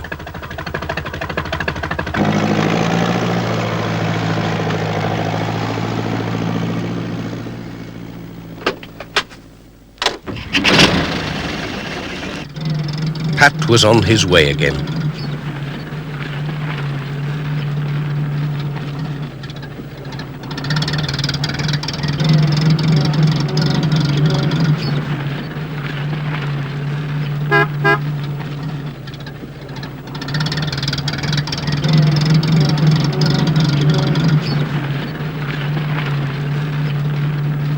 He saw Sam's mobile shop parked at the side of the road. Hello, Sam. This fog gets in your throat, doesn't it? Have you got any cough sweets? These'll do the trick, said Sam. Thank you. Thanks, Sam. Cheerio.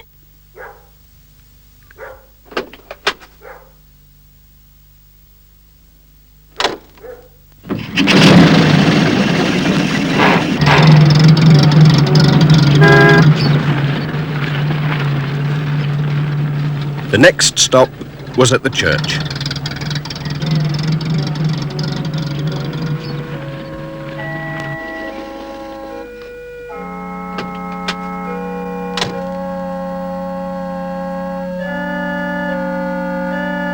Hello, Pat. Isn't this fog ghastly? Said the Reverend Timms.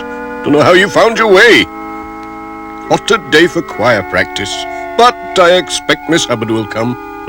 Nothing stops her. Thanks, Pat. Go carefully and trust in the Lord. Goodbye. Cheerio, Reverend.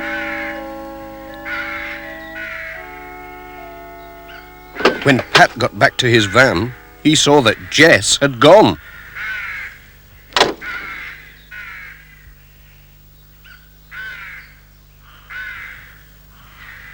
Pat looked everywhere.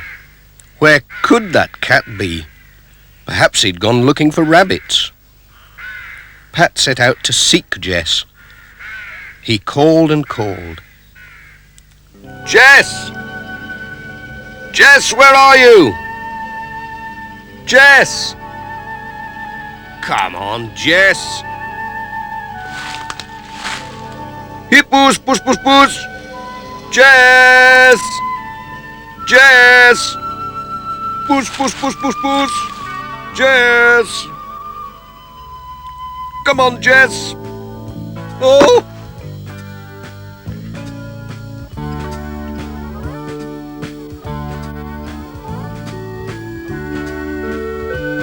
Come on, Jess, this is no time for hide and seek. Oh!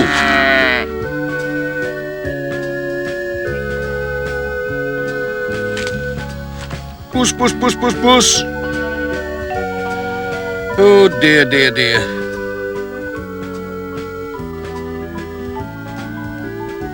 Ooh. Where have you been, Jess? This is no time to wander off. Come on.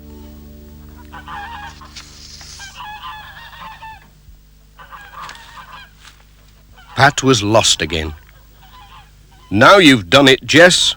We're really lost this time. Let's try this way.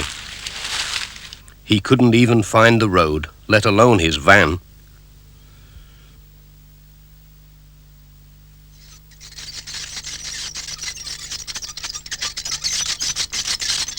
Miss Hubbard passed the van on the way to the church. No Pat and no Jess. What could have happened to them?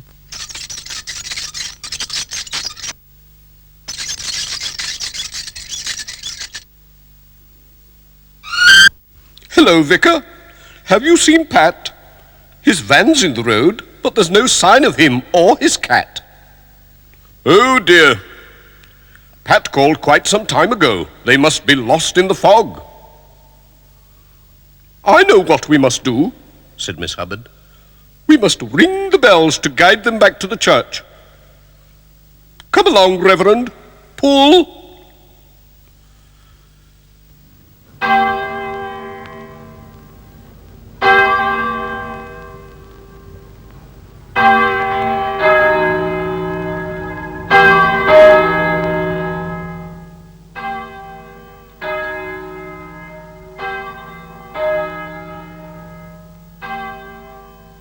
I wonder why the church bells are ringing. They don't usually ring for choir practice. Still, they're as good as a foghorn. We'll soon find the way now.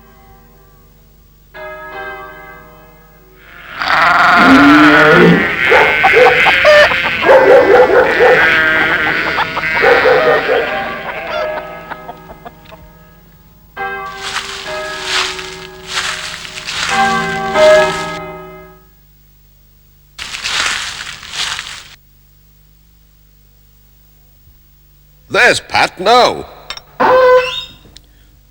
Hello, Reverend. Hello, Miss Hubbard. It's a good thing you rang those bells. We were completely lost. Never mind, we're all right now. The Lord is our guide, said the Reverend. Come and have some tea. There's plenty in the pot. Thanks, just what I need, said Pat.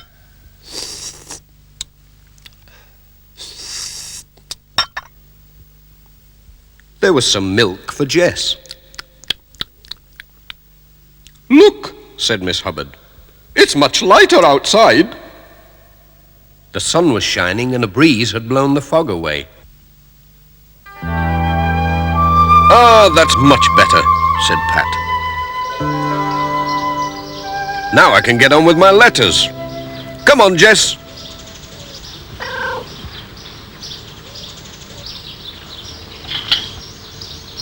Cheerio. Farewell. Bye, Pat.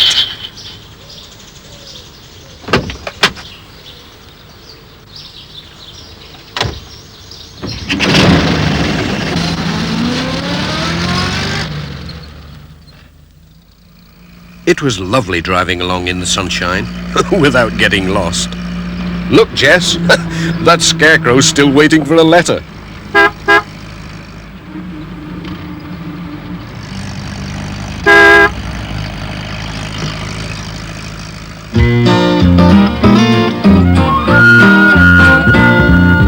Postman Pat, Postman Pat, Postman Pat, and his black and white cat. Bum bum bum bum bum bum. Dum dum dilly dum bum bum. Rum bum bum bum bum bum bum.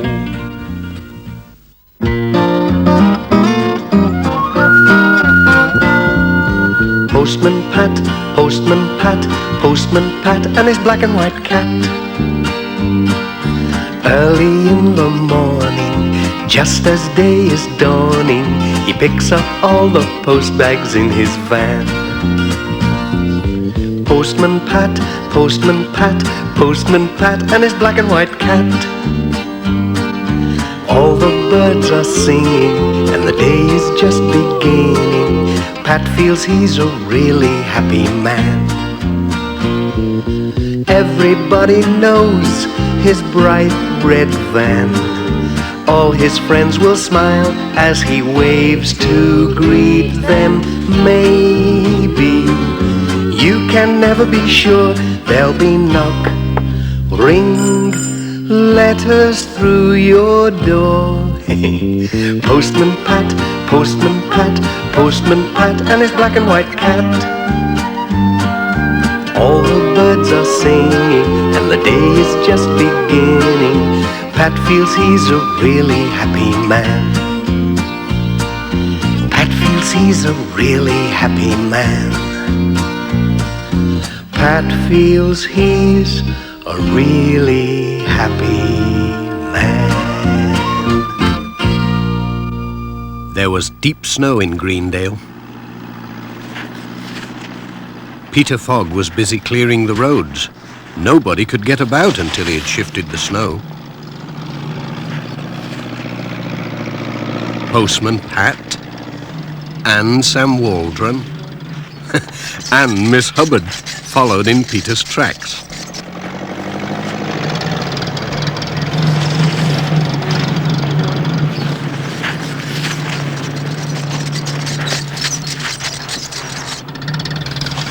The Reverend Timms was clearing his path.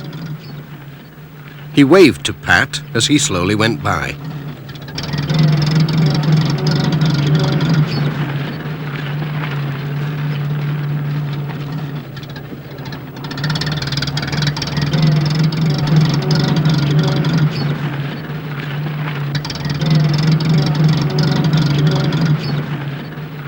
Keep my seat warm, Jess.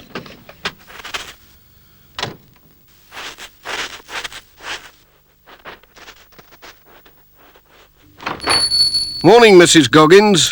Isn't this snow awful? It's a good thing Peter Fogg's clearing some of the roads. We'd never have got through without him. They do say there's 10-foot drifts up at Intake Farm, Pat. And here's an urgent parcel for George, up at Hilltop. You'll never get there today, you know. Oh, dear. But I'd better take it just in case. I usually manage somehow. Well, mind how you go, Pat. We don't want you getting buried in the snow. Oh, I'll be all right. Cheerio.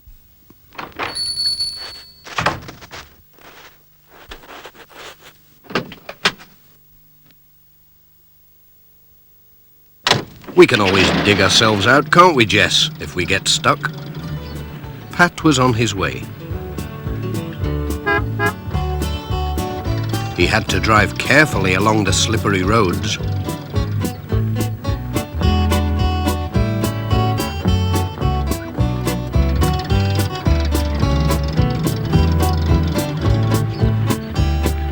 At Greendale Farm, the twins were waiting for him.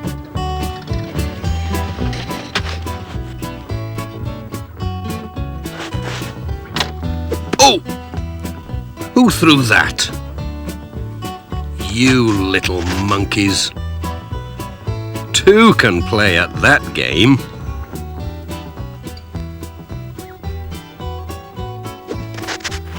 Hey! What's going on?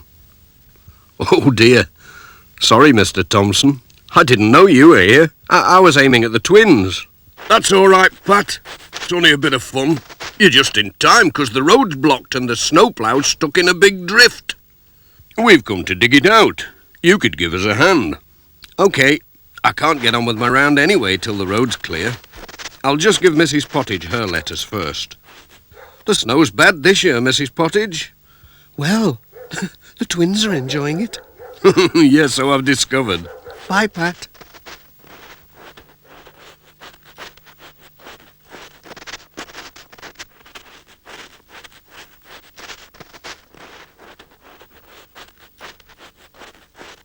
Peter Fogg was already digging when they got to the snowplough.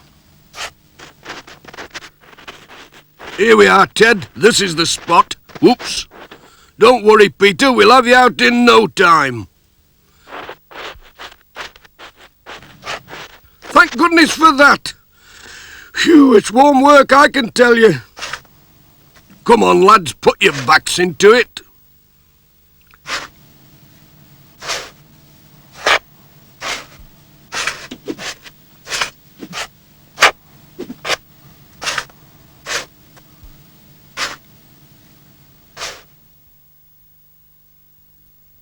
Hang on, I'll see if I can get through now.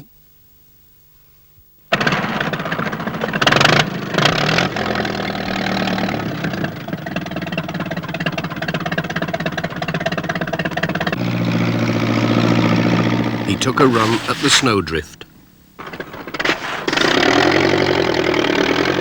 Come on, Pete, you can do it.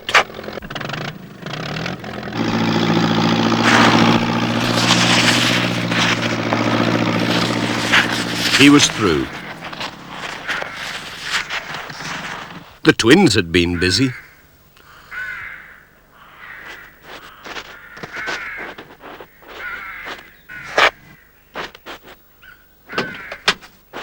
Bye. Bye, Pat. Bye.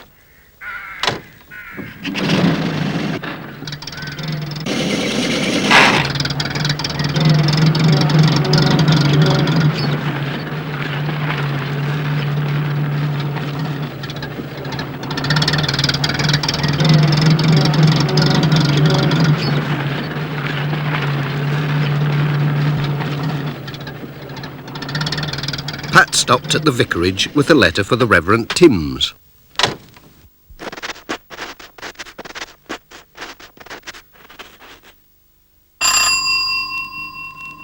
But Dr. Gilbertson came to the door instead. Come in, Pat. The poor Reverend slipped on the ice and broken his leg. Oh dear, that is bad news. Hello, Pat. Just look at this. Isn't it stupid? A piece of bad luck, I'd say, Reverend. But I've brought a letter to cheer you up.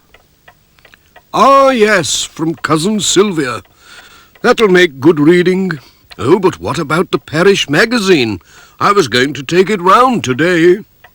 I can take it with my letters, said Pat. No trouble at all. I'll see they get through. Cheerio, Reverend.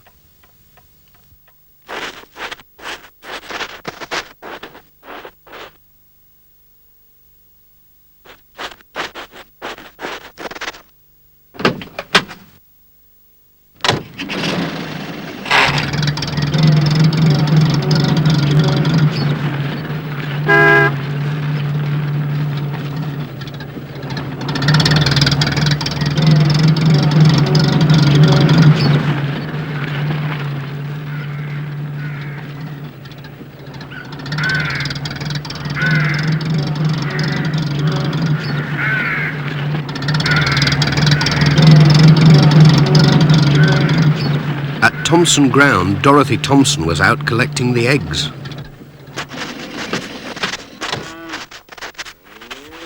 I hope you haven't any letters for Hilltop, She said. The snow's so bad that Peter had to turn back. The plough just couldn't get up the hill.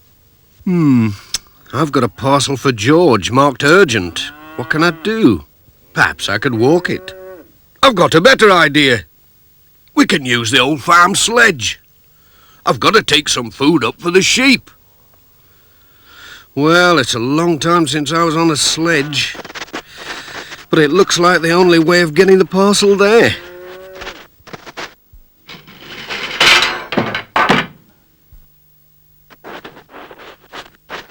Here we are, said Alf. You'd better take George some groceries, Said Dorothy. He might be running short. Being snowed up like this. They loaded up the sledge.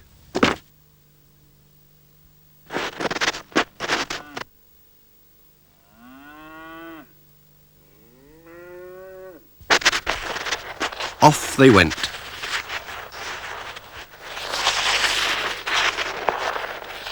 It was hard going uphill,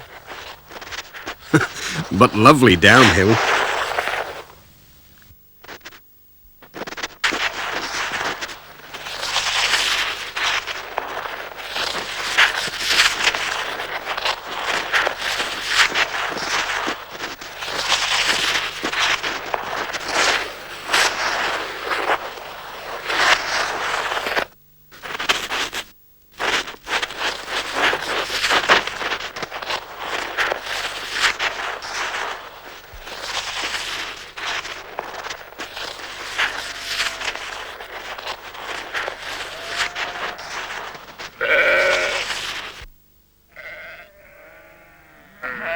The sheep were glad to see them.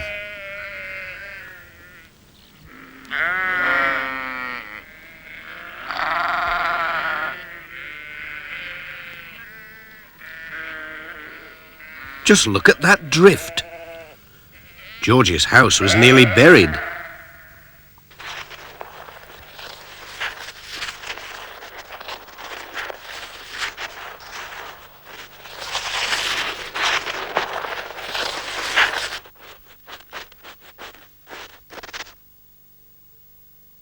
Hello? Anybody in? George was out. He'd gone to feed his sheep. So Pat left the food and the parcel on the table.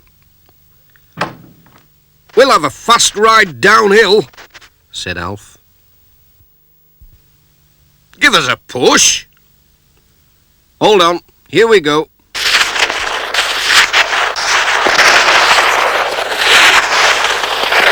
Hold on, Pat. Help! Oh dear. You all right, Pat? All in one piece, I think. Hold tight.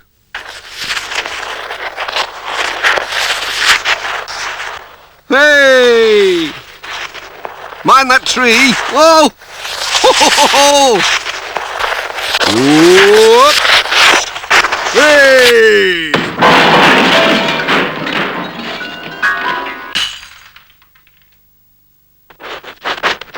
My goodness. That's one way of delivering a parcel.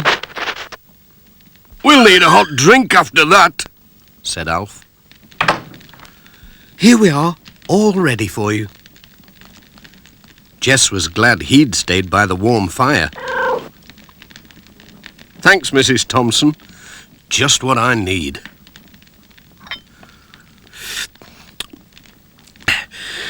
Aye, there's nought like a good cup of tea.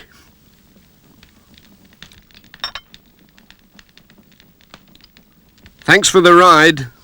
Goodbye.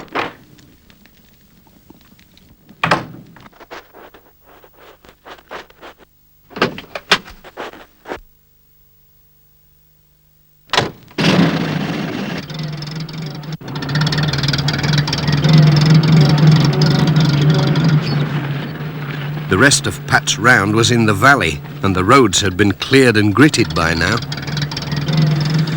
No more digging or sledging today, said Pat. It takes more than snow to stop us, Jess.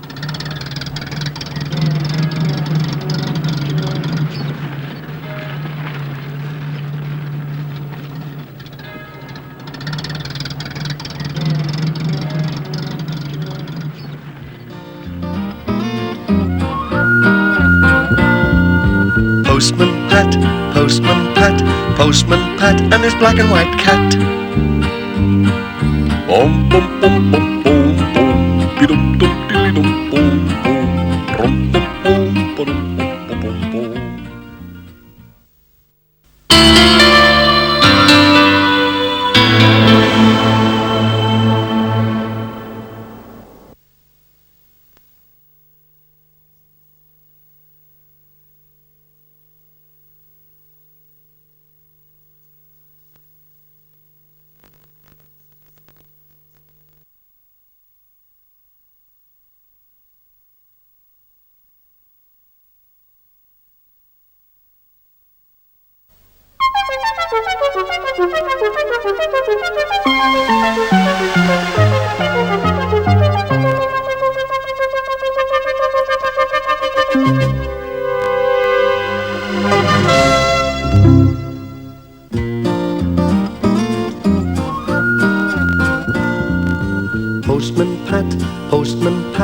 Postman Pat, and his black and white cat.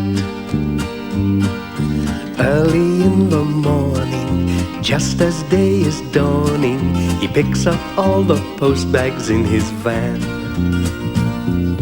Postman Pat, Postman Pat, Postman Pat, and his black and white cat. All the birds are singing, and the day is just beginning. Pat feels he's a really happy man. Everybody knows his bright red van. All his friends will smile as he waves to greet them. Maybe you can never be sure. There'll be knock, ring, letters through your door. Postman Pat, Postman Pat, Postman Pat, and his black and white cat. All the birds are singing, and the day is just beginning. Pat feels he's a really happy man. Pat feels he's a really happy man. Pat feels he's a really happy man.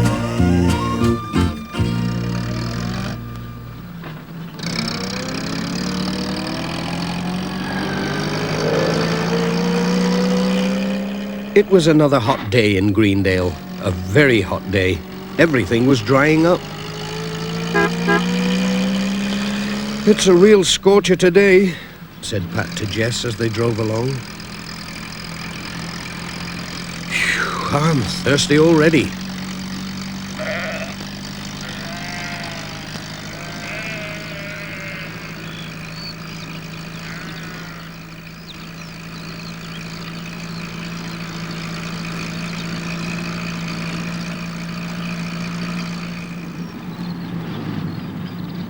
Mrs. Goggins was trying to get cool outside the post office.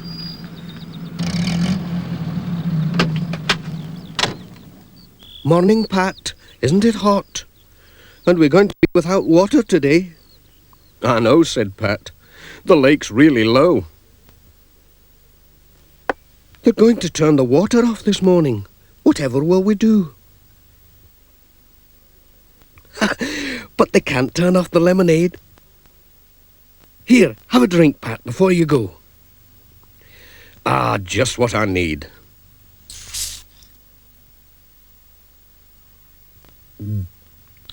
My, that's good.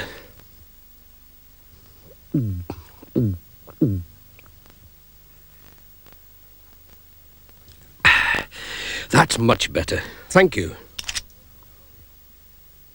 Well, I'll be off then.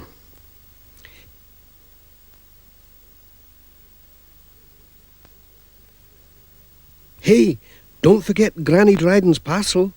It looks like something special. I won't.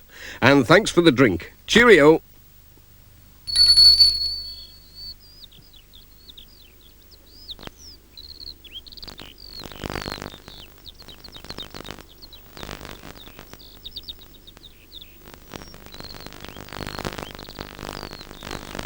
Pat put the parcel in the van to deliver later on. He started his round with the village letters.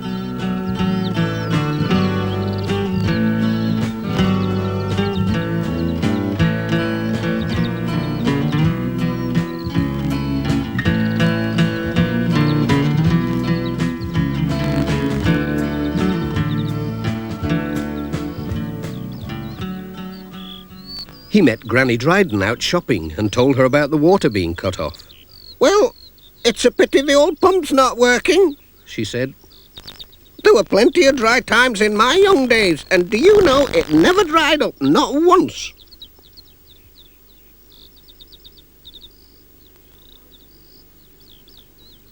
I wonder, said Pat.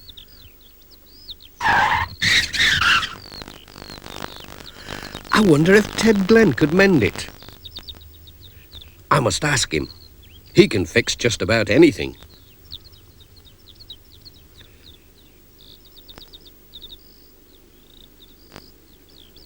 Morning, Pat. Morning, Mrs. Pottage. Let's see, I think I have something for you today. Oh, thank you.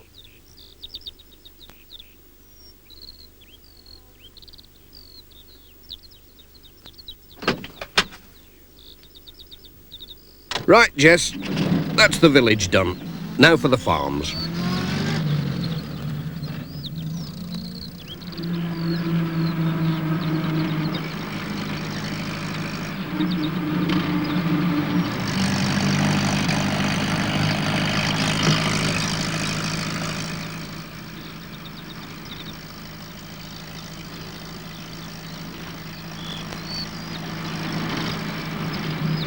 The water was already off at Greendale Farm. Peter Fogg was drawing water for the cows from the old well. Hello, Tom. Helping out?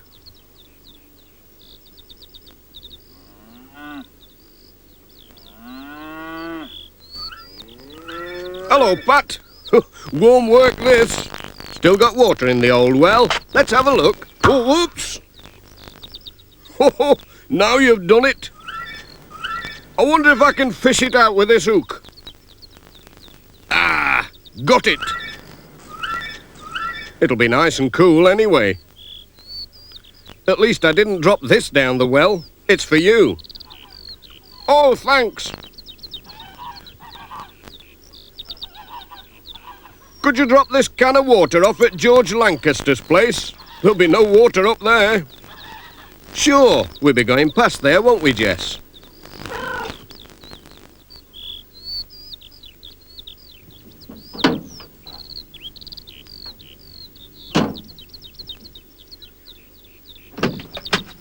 Cheerio.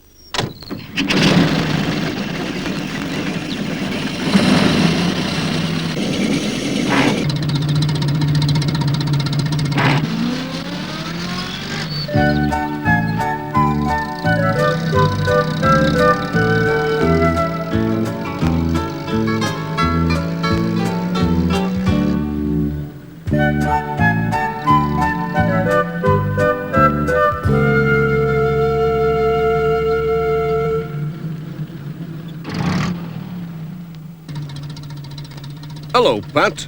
Isn't this drought terrible? We haven't got a drop of water left. Don't worry, if you look in the back, I've brought you a can from Peter Fogg. He said you'd be short. Thanks, Pat. That's grand. Cheerio!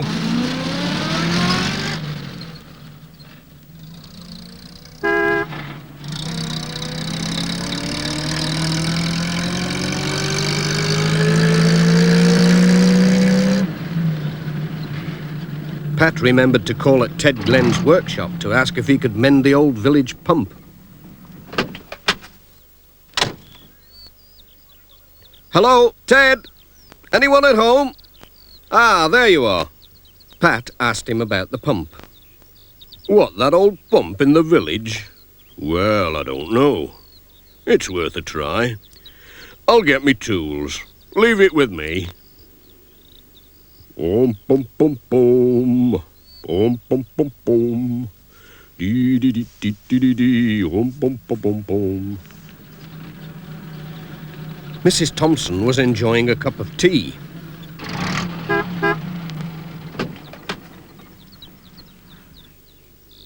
Pat called with a letter.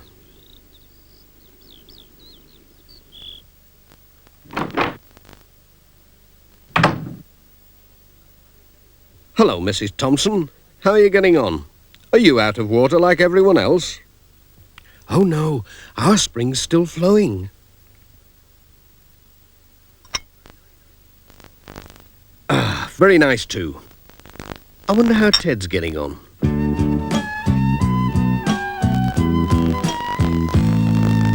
There's a handyman called Ted Glenn, and he's working once again. He can just about fix anything you'll ever need to mend. Maybe a tractor or a ladder or a broken frying pan. Just go down and see him, and he'll help you if he can. He'll just say, Leave it with me. Leave it with me. I'll try to fix that up for you as quickly as can be. He'll just say, leave it with me. Leave it with me. I'll try to fix that up for you as quickly as can be. all the valley knows that he's the best of handymen. They all say, if you want things mended, go and see Ted Glenn. A broken clock, or a horseshoe, or an engine in a van. Just go down and see him, and he'll help you if he can. He'll just say, leave it with me. Leave it with me. I'll try to fix that up for you as quickly as can be. He'll just say, leave it with me. Leave it with me. I'll try to fix that up for you as quickly as can be. He'll just say, leave it with me. Leave it with me. I'll try to fix that up for you as quickly as can be.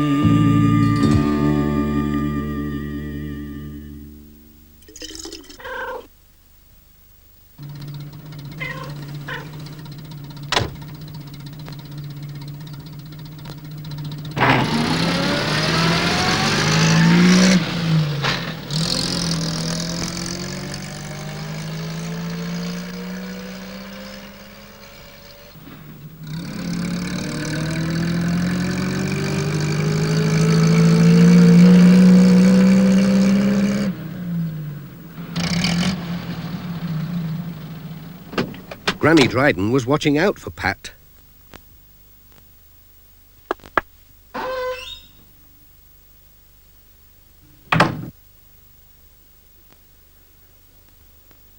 He brought her a can of water as well as a parcel.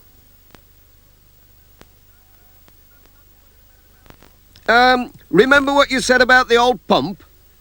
Well, Ted's mended it. It's going a treat. When she opened the parcel, she discovered it was Pat's new digital watch, which she had ordered for him from Manchester. Pat was very pleased with it. "I'll always be on time now," he said. "Thank you for getting it for me. I'll bring the money tomorrow." "Look after yourself. Goodbye."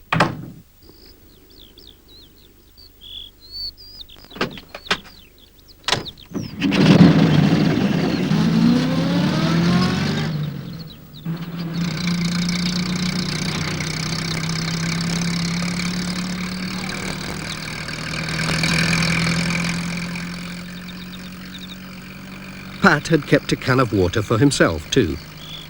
Jess kept a sharp eye on it. He didn't want another wetting, no matter how hot it was.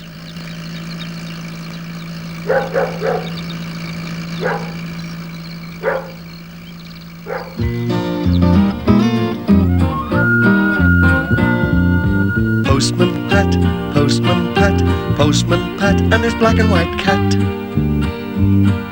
Bum bum bum bum bum bum, dee dum dum dee dum bum bum, rum bum bum bum.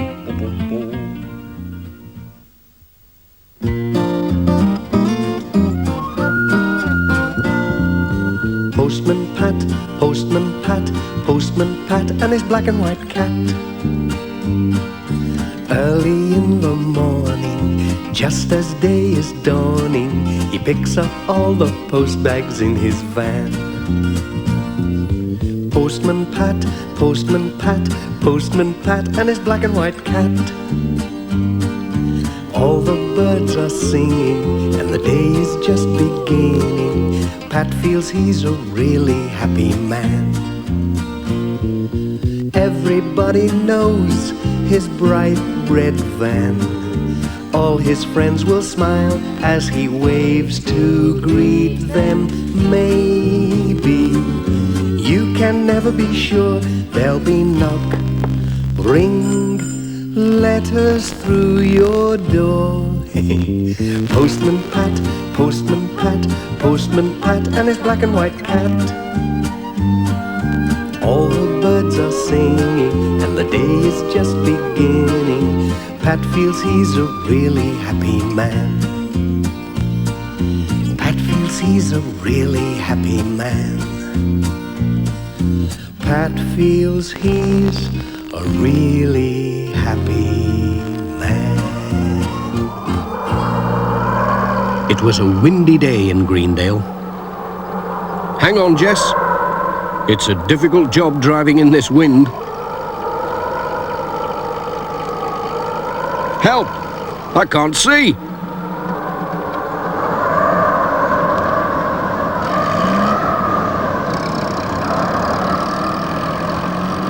Alf Thompson was nearly blown off his feet.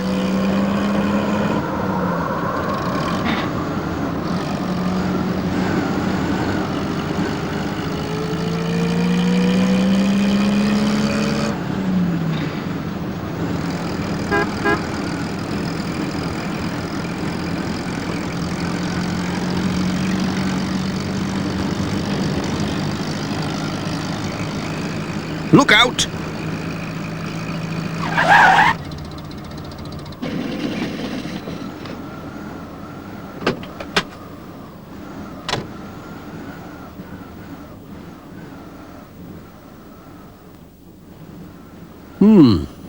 How are we going to get past this lot? Said Pat.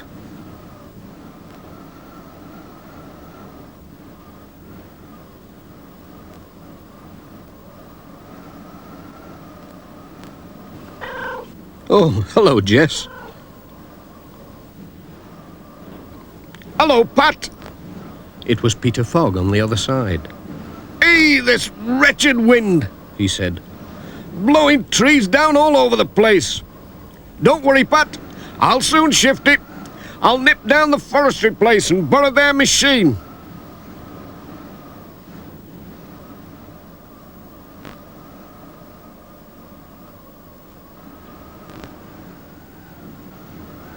No wonder it blew over. It's rotten.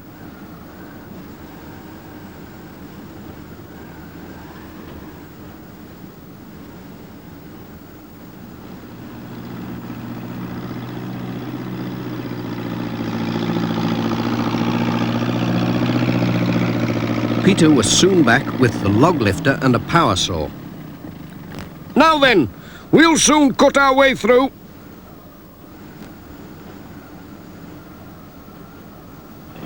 Stand back, these things don't half go.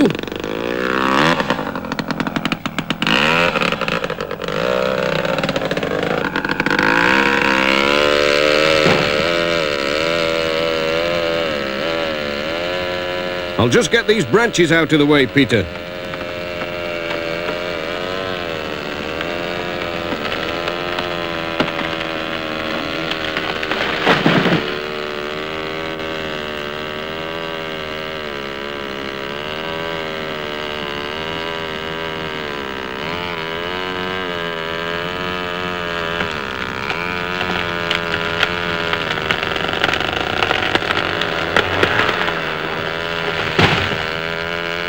Now then, let's see if we can move the pieces. Phew, it's warm work.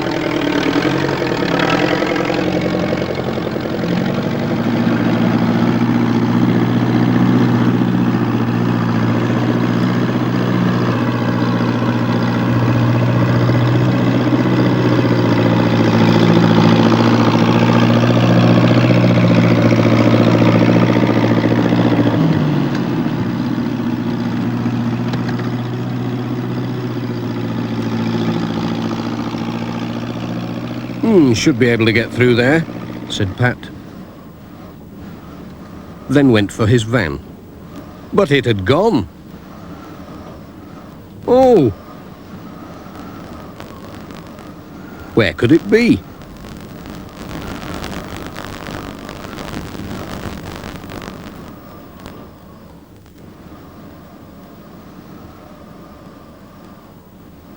There it was, safe and sound. It was just along the road next to Sam's mobile shop. "I moved your van down the road," said Sam. "I could see your new paint was going to get scratched with all these branches flying about." "Thanks," said Pat. "It is smart, isn't it? Royal crown and all."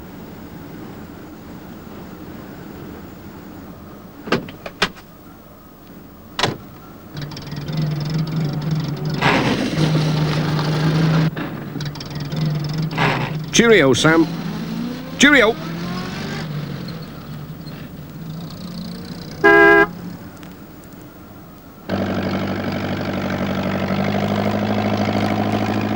"Thanks, Peter."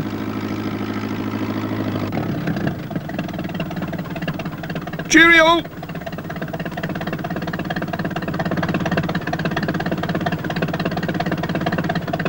"We'll have to get a move on now, Jess." "Now what?"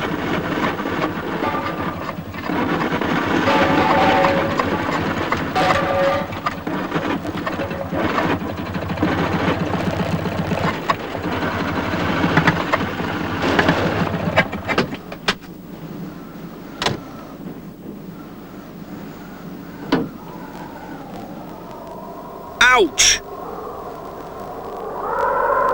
My hat!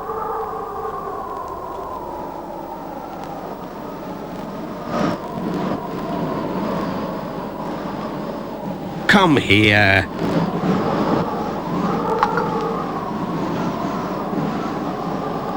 Oh no! I'll never catch it now.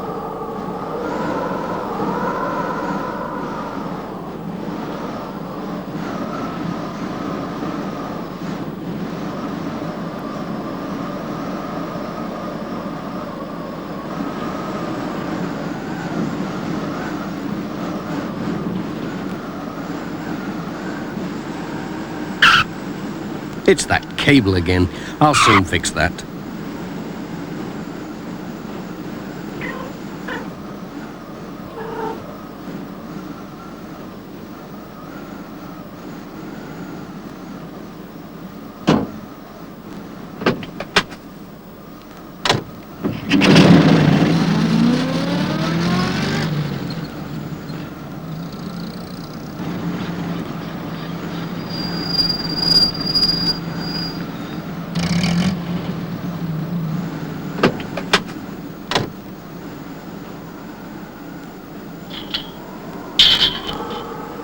There was nobody about at the village school.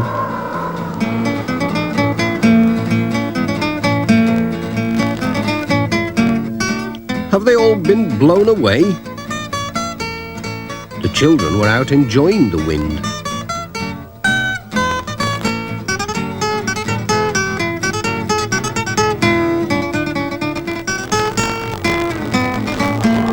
But the wind wanted to deliver the letters. In all directions. The children helped to find them.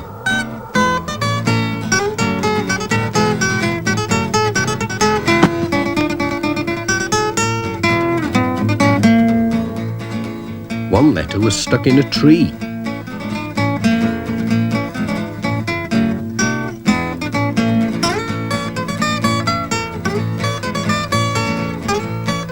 Careful.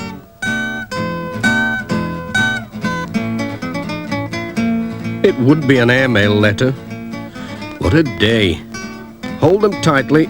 I think they're all air letters today. Bill Thompson took them to the headmaster.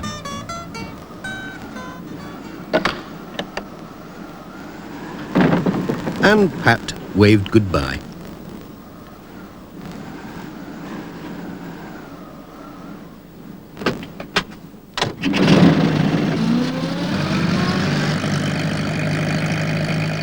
Pat was blown about the valley all morning with his letters and parcels. It was almost the end of his windy round when he saw a flying towel.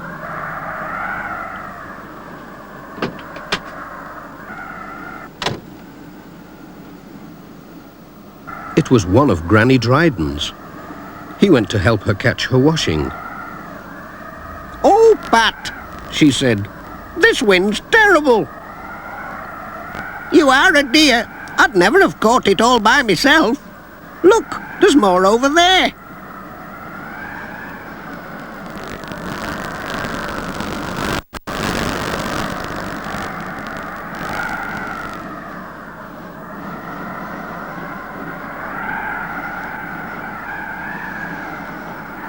Now we've got my washing. What about your hat? It blew off miles away and sailed down a stream. "Good gracious," said Granny Dryden. "Ted Glenn said he'd hooked a postman's hat out of the lake. I didn't see how it could be yours. Look, he popped it on the old scarecrow to dry."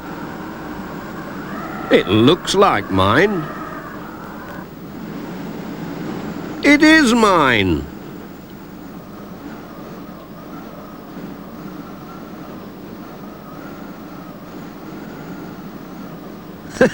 Thanks, Mr. Scarecrow. Bum bum bum bum bum bum. Bidum dum diddly dum bum bum. Time to blow home, said Pat.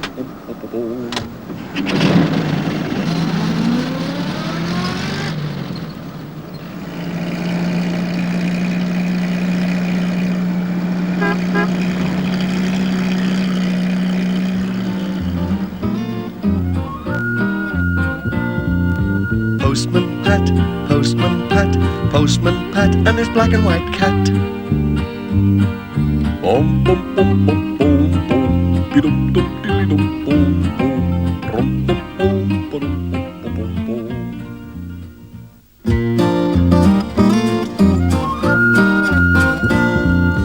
Postman Pat, Postman Pat, Postman Pat and his black and white cat.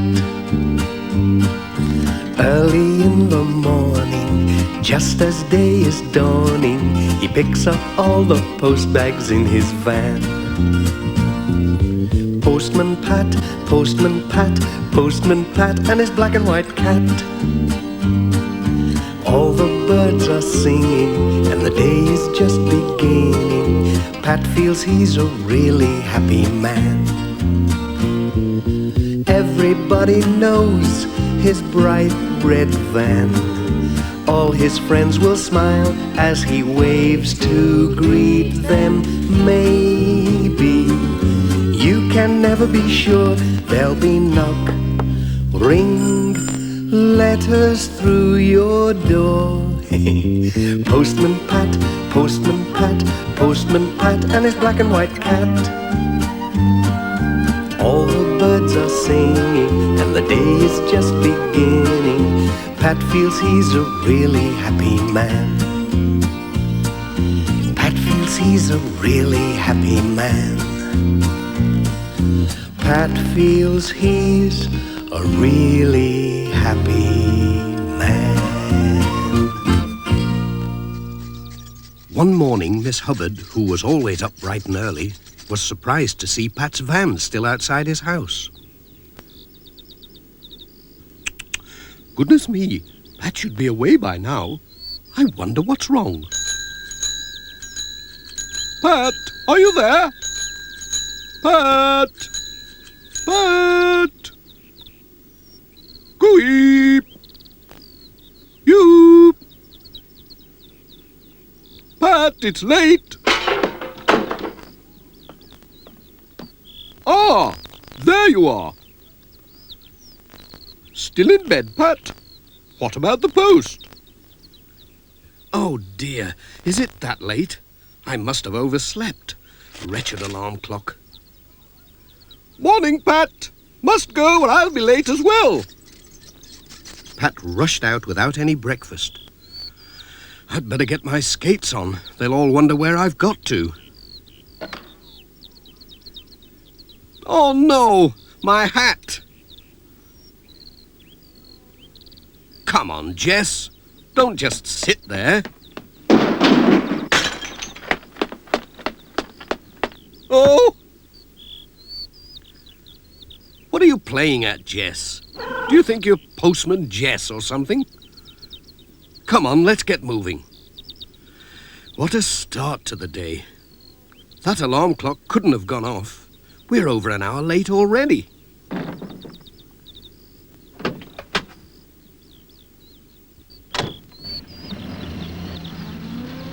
It was past 9 o'clock at the post office. I wonder why Pat is so late, said Mrs. Goggins. Anyway, it gives me time to repair this parcel. Is that him?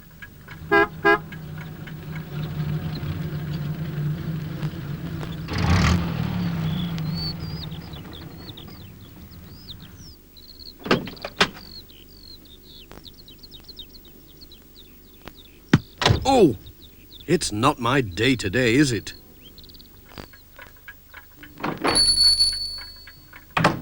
Good morning, Mrs. Goggins. Sorry I'm late. It's that alarm clock. Didn't go off, you know. As bad as this parcel. Just look at it. I do wish people would wrap them up properly. This is a right old mess. Can I help? Oh, my hat. This stuff sticks to everything. Gosh, it's all over my fingers. Ooh, yuck. That's really sticky. Oh, dear, dear, dear.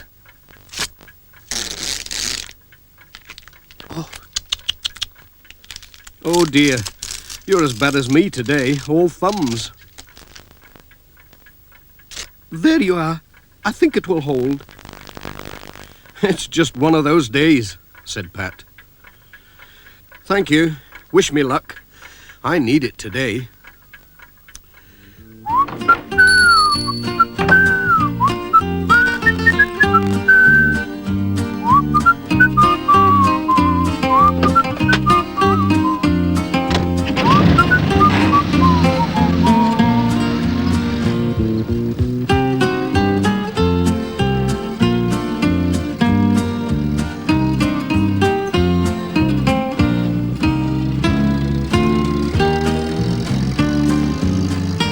Hello, there's Ted.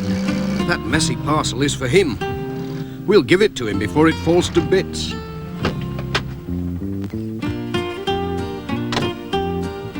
Hi, Ted. Got a parcel for you.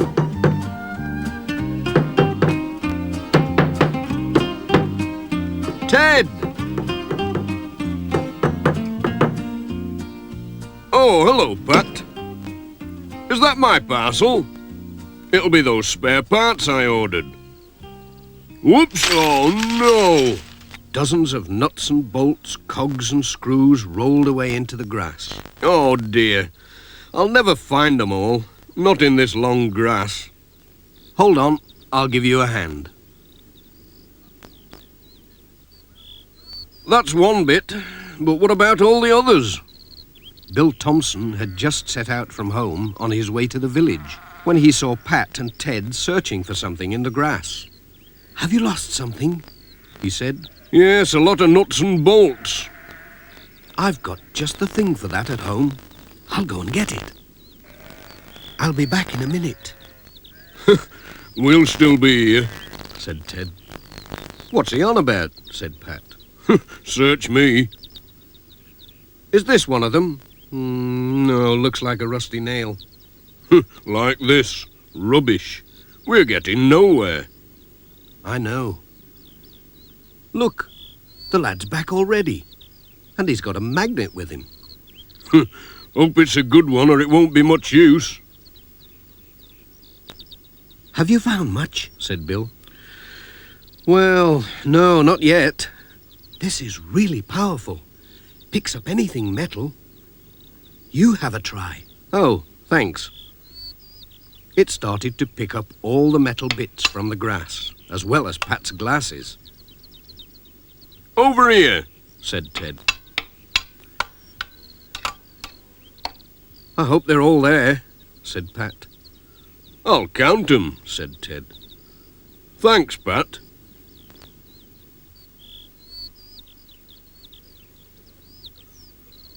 Cheerio. Ta-ra, Pat. Thanks for your help.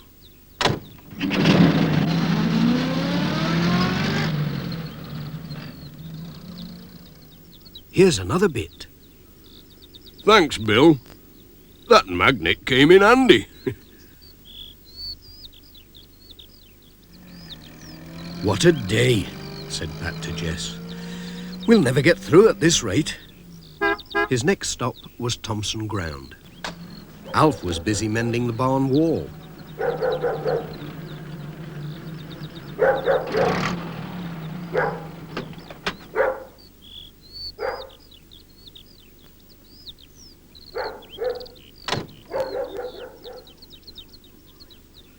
Morning, Alf. Sorry I'm late. Got some letters for you. Just leave 'em on the table. Dorothy's away feeding the chickens. Nothing urgent, is there? No, just a few bills. Oops! Hey up, what are you doing? Sorry, Alf. Hang on. Hold it steady! Not that way, the other way. I said the other way! Oh! Ouch! Oh, my hand. Oh, it does hurt. Ah. Oh, gosh, that's painful.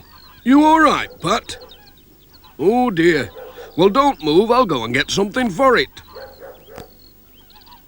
Just then, Mrs. Thompson came back from feeding the chickens. Dear me, whatever have you been up to, Pat? Not looking where I was going, I'm afraid. Walking into ladders.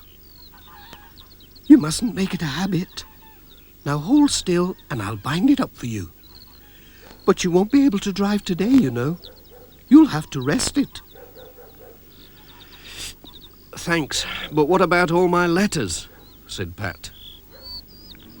Just then, Sam Waldron drove his mobile shop into the farmyard.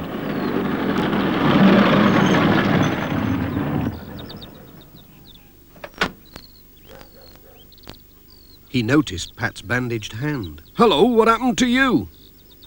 They told him about Pat's accident and that he was unable to drive. Why don't we put your letters and parcels in my van? Said Sam. We can do our rounds together. Yes, and then the post will get through after all, said Pat. Thanks, Sam. That's a marvellous idea. Come on, Jess. You'll be all right in there.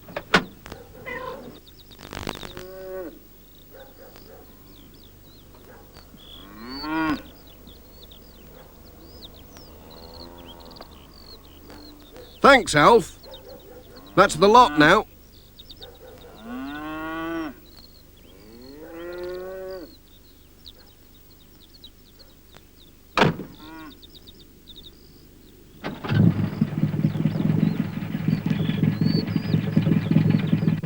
Bye.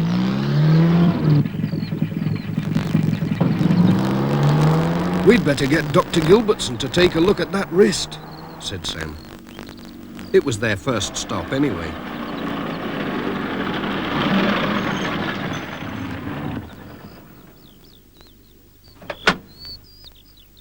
Won't be long.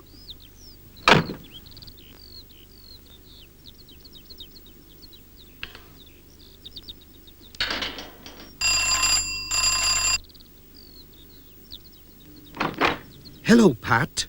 Goodness me, what have you been doing? It's my wrist. Come on in, let's have a look at it. Ouch! Is this where it hurts? Ouch! Ah, well, it's not broken. You'll be all right in a day or two. I'll just give you something to soothe it. You'll soon be able to drive. Oh, thanks, Doctor. Cheerio. Bye.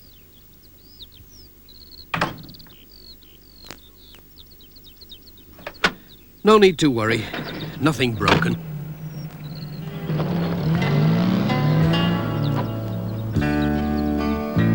For twice a week there comes a mobile shop up to the valley. and folks are delighted when he comes around, for it always will save a long journey to town from the valley, the valley. He's always on time as he rings out his chime in the valley. Mothers can plan with a great shopping list. If he cut out his service, oh, he'd be terribly missed in the valley, the valley.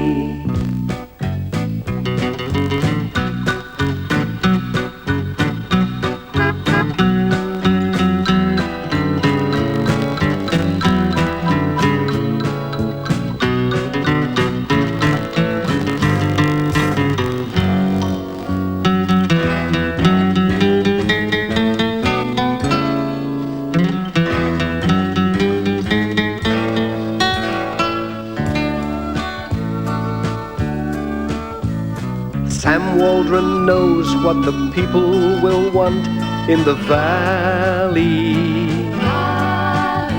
He buys in the town, then he takes things around.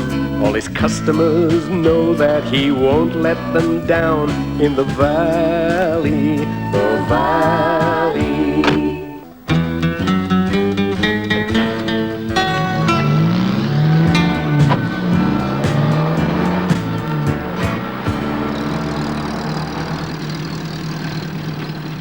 Thanks for the lift, Sam. It's been a funny old day. But tomorrow, well, tomorrow's another day. That's the stuff, Pat.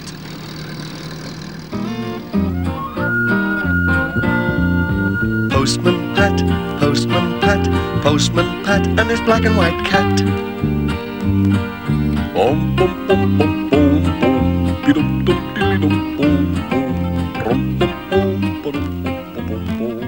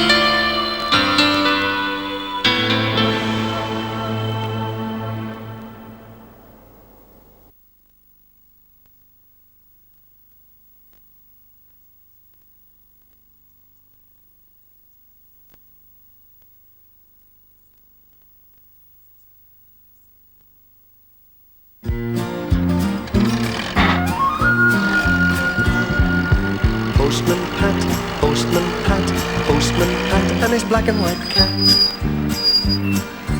Early in the morning, just as day is dawning, he picks up all the post bags in his van. Postman Pat, Postman Pat, Postman Pat, and his black and white cat.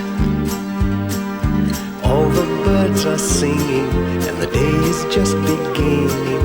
Pat feels he's a really happy man. Everybody knows his bright red van.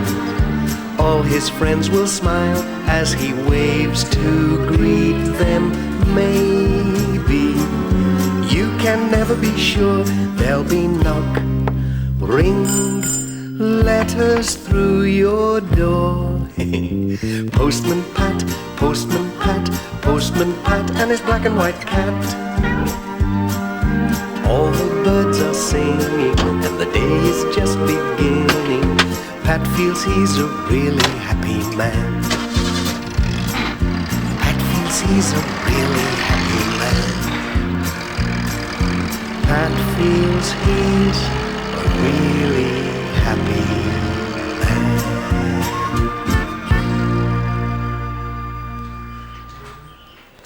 Down at Greendale Village School, they had a model volcano. "Just think, children," said Mr. Pringle.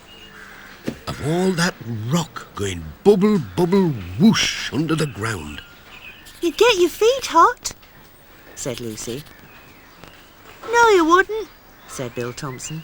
You could wear your wellies. It was a long time before wellies were invented, said Mr. Pringle.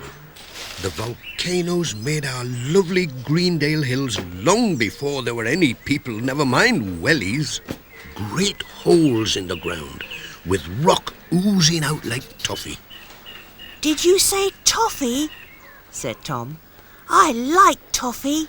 I said it was like toffee, said Mr. Pringle, because it was all oozy, and it was so long ago that it was even before the dinosaurs came. You can all do a lovely painting tomorrow for open day. But it's home time now.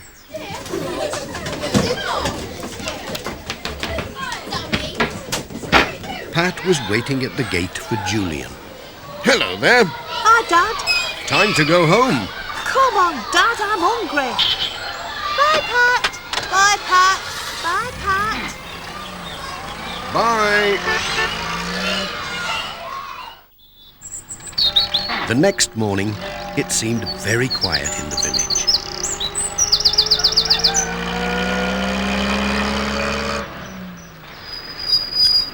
When Pat came to collect the letters. Oh, yes, I certainly will. Did you say it was near Thompson Ground? Dearie me. Yes, I'll tell him. Bye for now. What was all that about, Mrs. Goggins? Oh, dear. Well, that was P.C. Selby.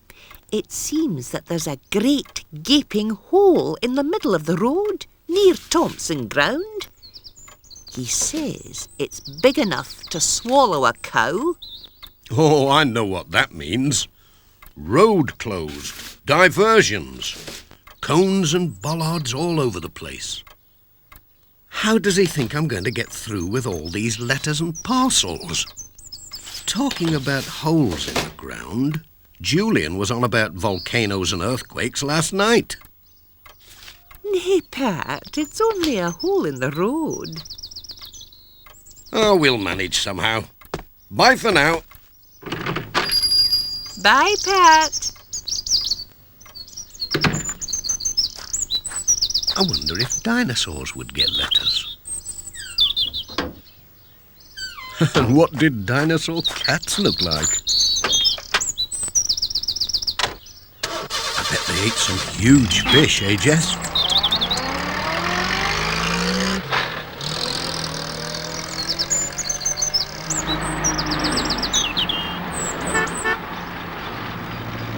Alf was out on his tractor.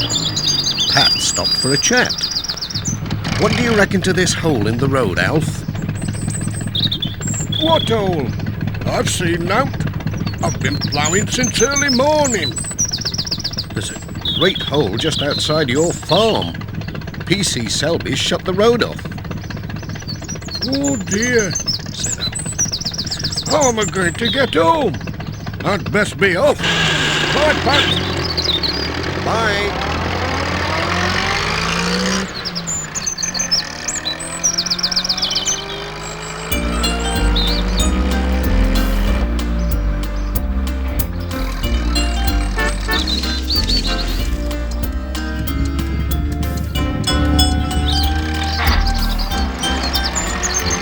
Pat kept a careful lookout,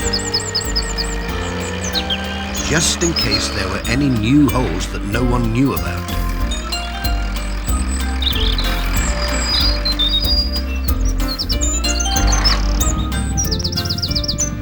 Oh dear, diversion. So we can't go our usual way. I know P.C. Selby and his diversions. Every time it ends up me going the long way round. Hey up, what's this? Oh no, not another.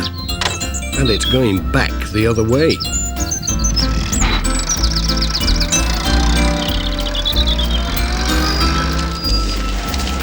What, more diversions? They're everywhere.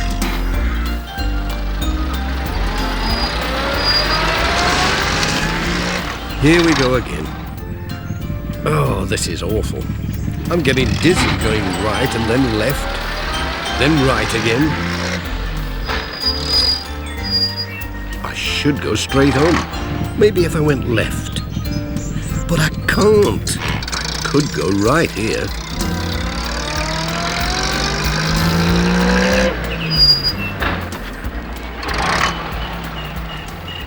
I've just spotted where we are, Jess.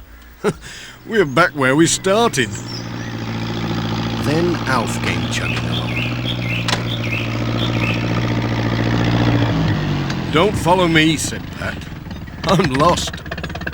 If you follow these signs, you just go round in a big circle. Nay, Pat, I can't be bothered with all that, Said Alf. I have to get home and get my dinner.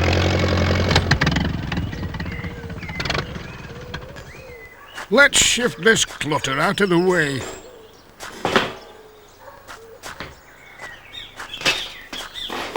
No problem.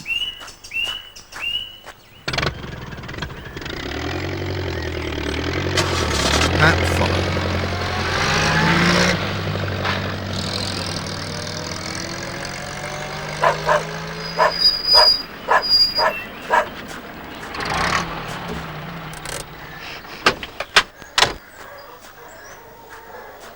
Is this what all the fuss is about? Said Alf. It doesn't look much to me. I've seen bigger, said Pat. A baby one. Now then, what's going on there? Look out, here comes trouble. P.C. Selby. Come on, lads. You know this road's closed. You must have seen the signs. I'll have to take your names and addresses. Here, can you hold my tea? Don't be daft, Arthur. You've known us ever since we were in short trousers. Never mind that. We have to do it proper. Now then, how do you spell proceeding? You haven't got a pencil sharpener on you by any chance? Here we are, a nice fresh cup of tea. Oh, thanks, Dorothy, said Pat. Just what we need. Dorothy, have you got anything to sharpen Arthur's pencil? Hang on, Pat, if you could just hold this. And then, Arthur, pass your pencil to Dorothy. Then if you take these... But I've nothing to sharpen pencils with. I think there are two E's in proceeding. But is it a C or an I thought S? you said... All I did is bring the tea. Has anyone seen my notebook? Let's go home, Dot. I think it's going round in circles like my van. Talking about that, you've given me an idea. Now then, if we made everything go through Alf's yard instead, we could probably... Dandelions everywhere. Wonder if there are any holes here. God. When Pat called on Miss Hubbard, she was acting very oddly, prodding about the garden with a stick. Very dangerous having holes in one's garden. Oh, morning, Pat. Morning, Miss Hubbard. You've not lost something, have you? Certainly not. I'm just taking precautions. Holes, you know, appearing without warning. P.C. Selby told me all about it. Oh, I wouldn't let it bother you, Miss Hubbard. It's only a small hole in the road. Cheerio. Bye, Pat. Bye.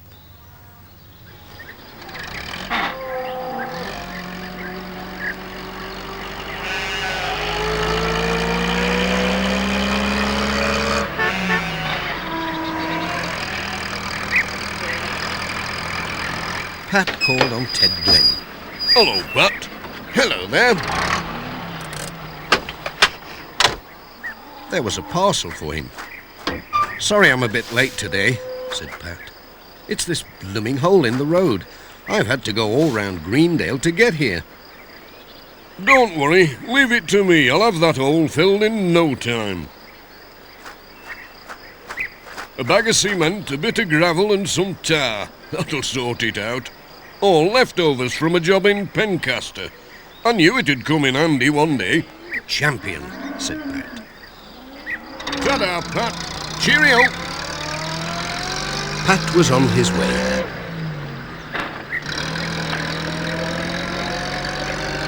Having delivered all his letters, it was time to go back to the post office.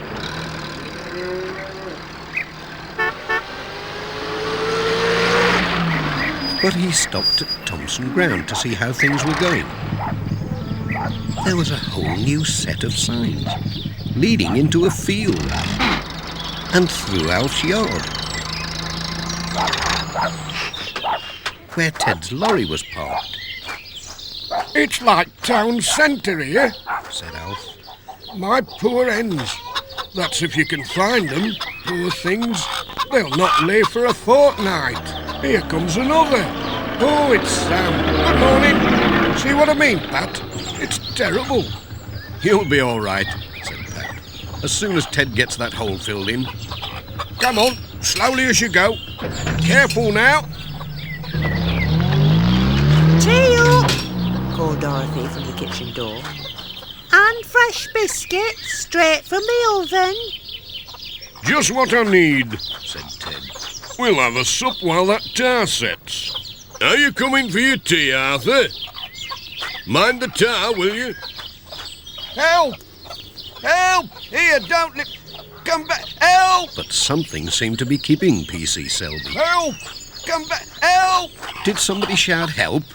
Said Pat. He's not looking for his notebook, is he? Said Alf. He hasn't gone and trod in it, has he?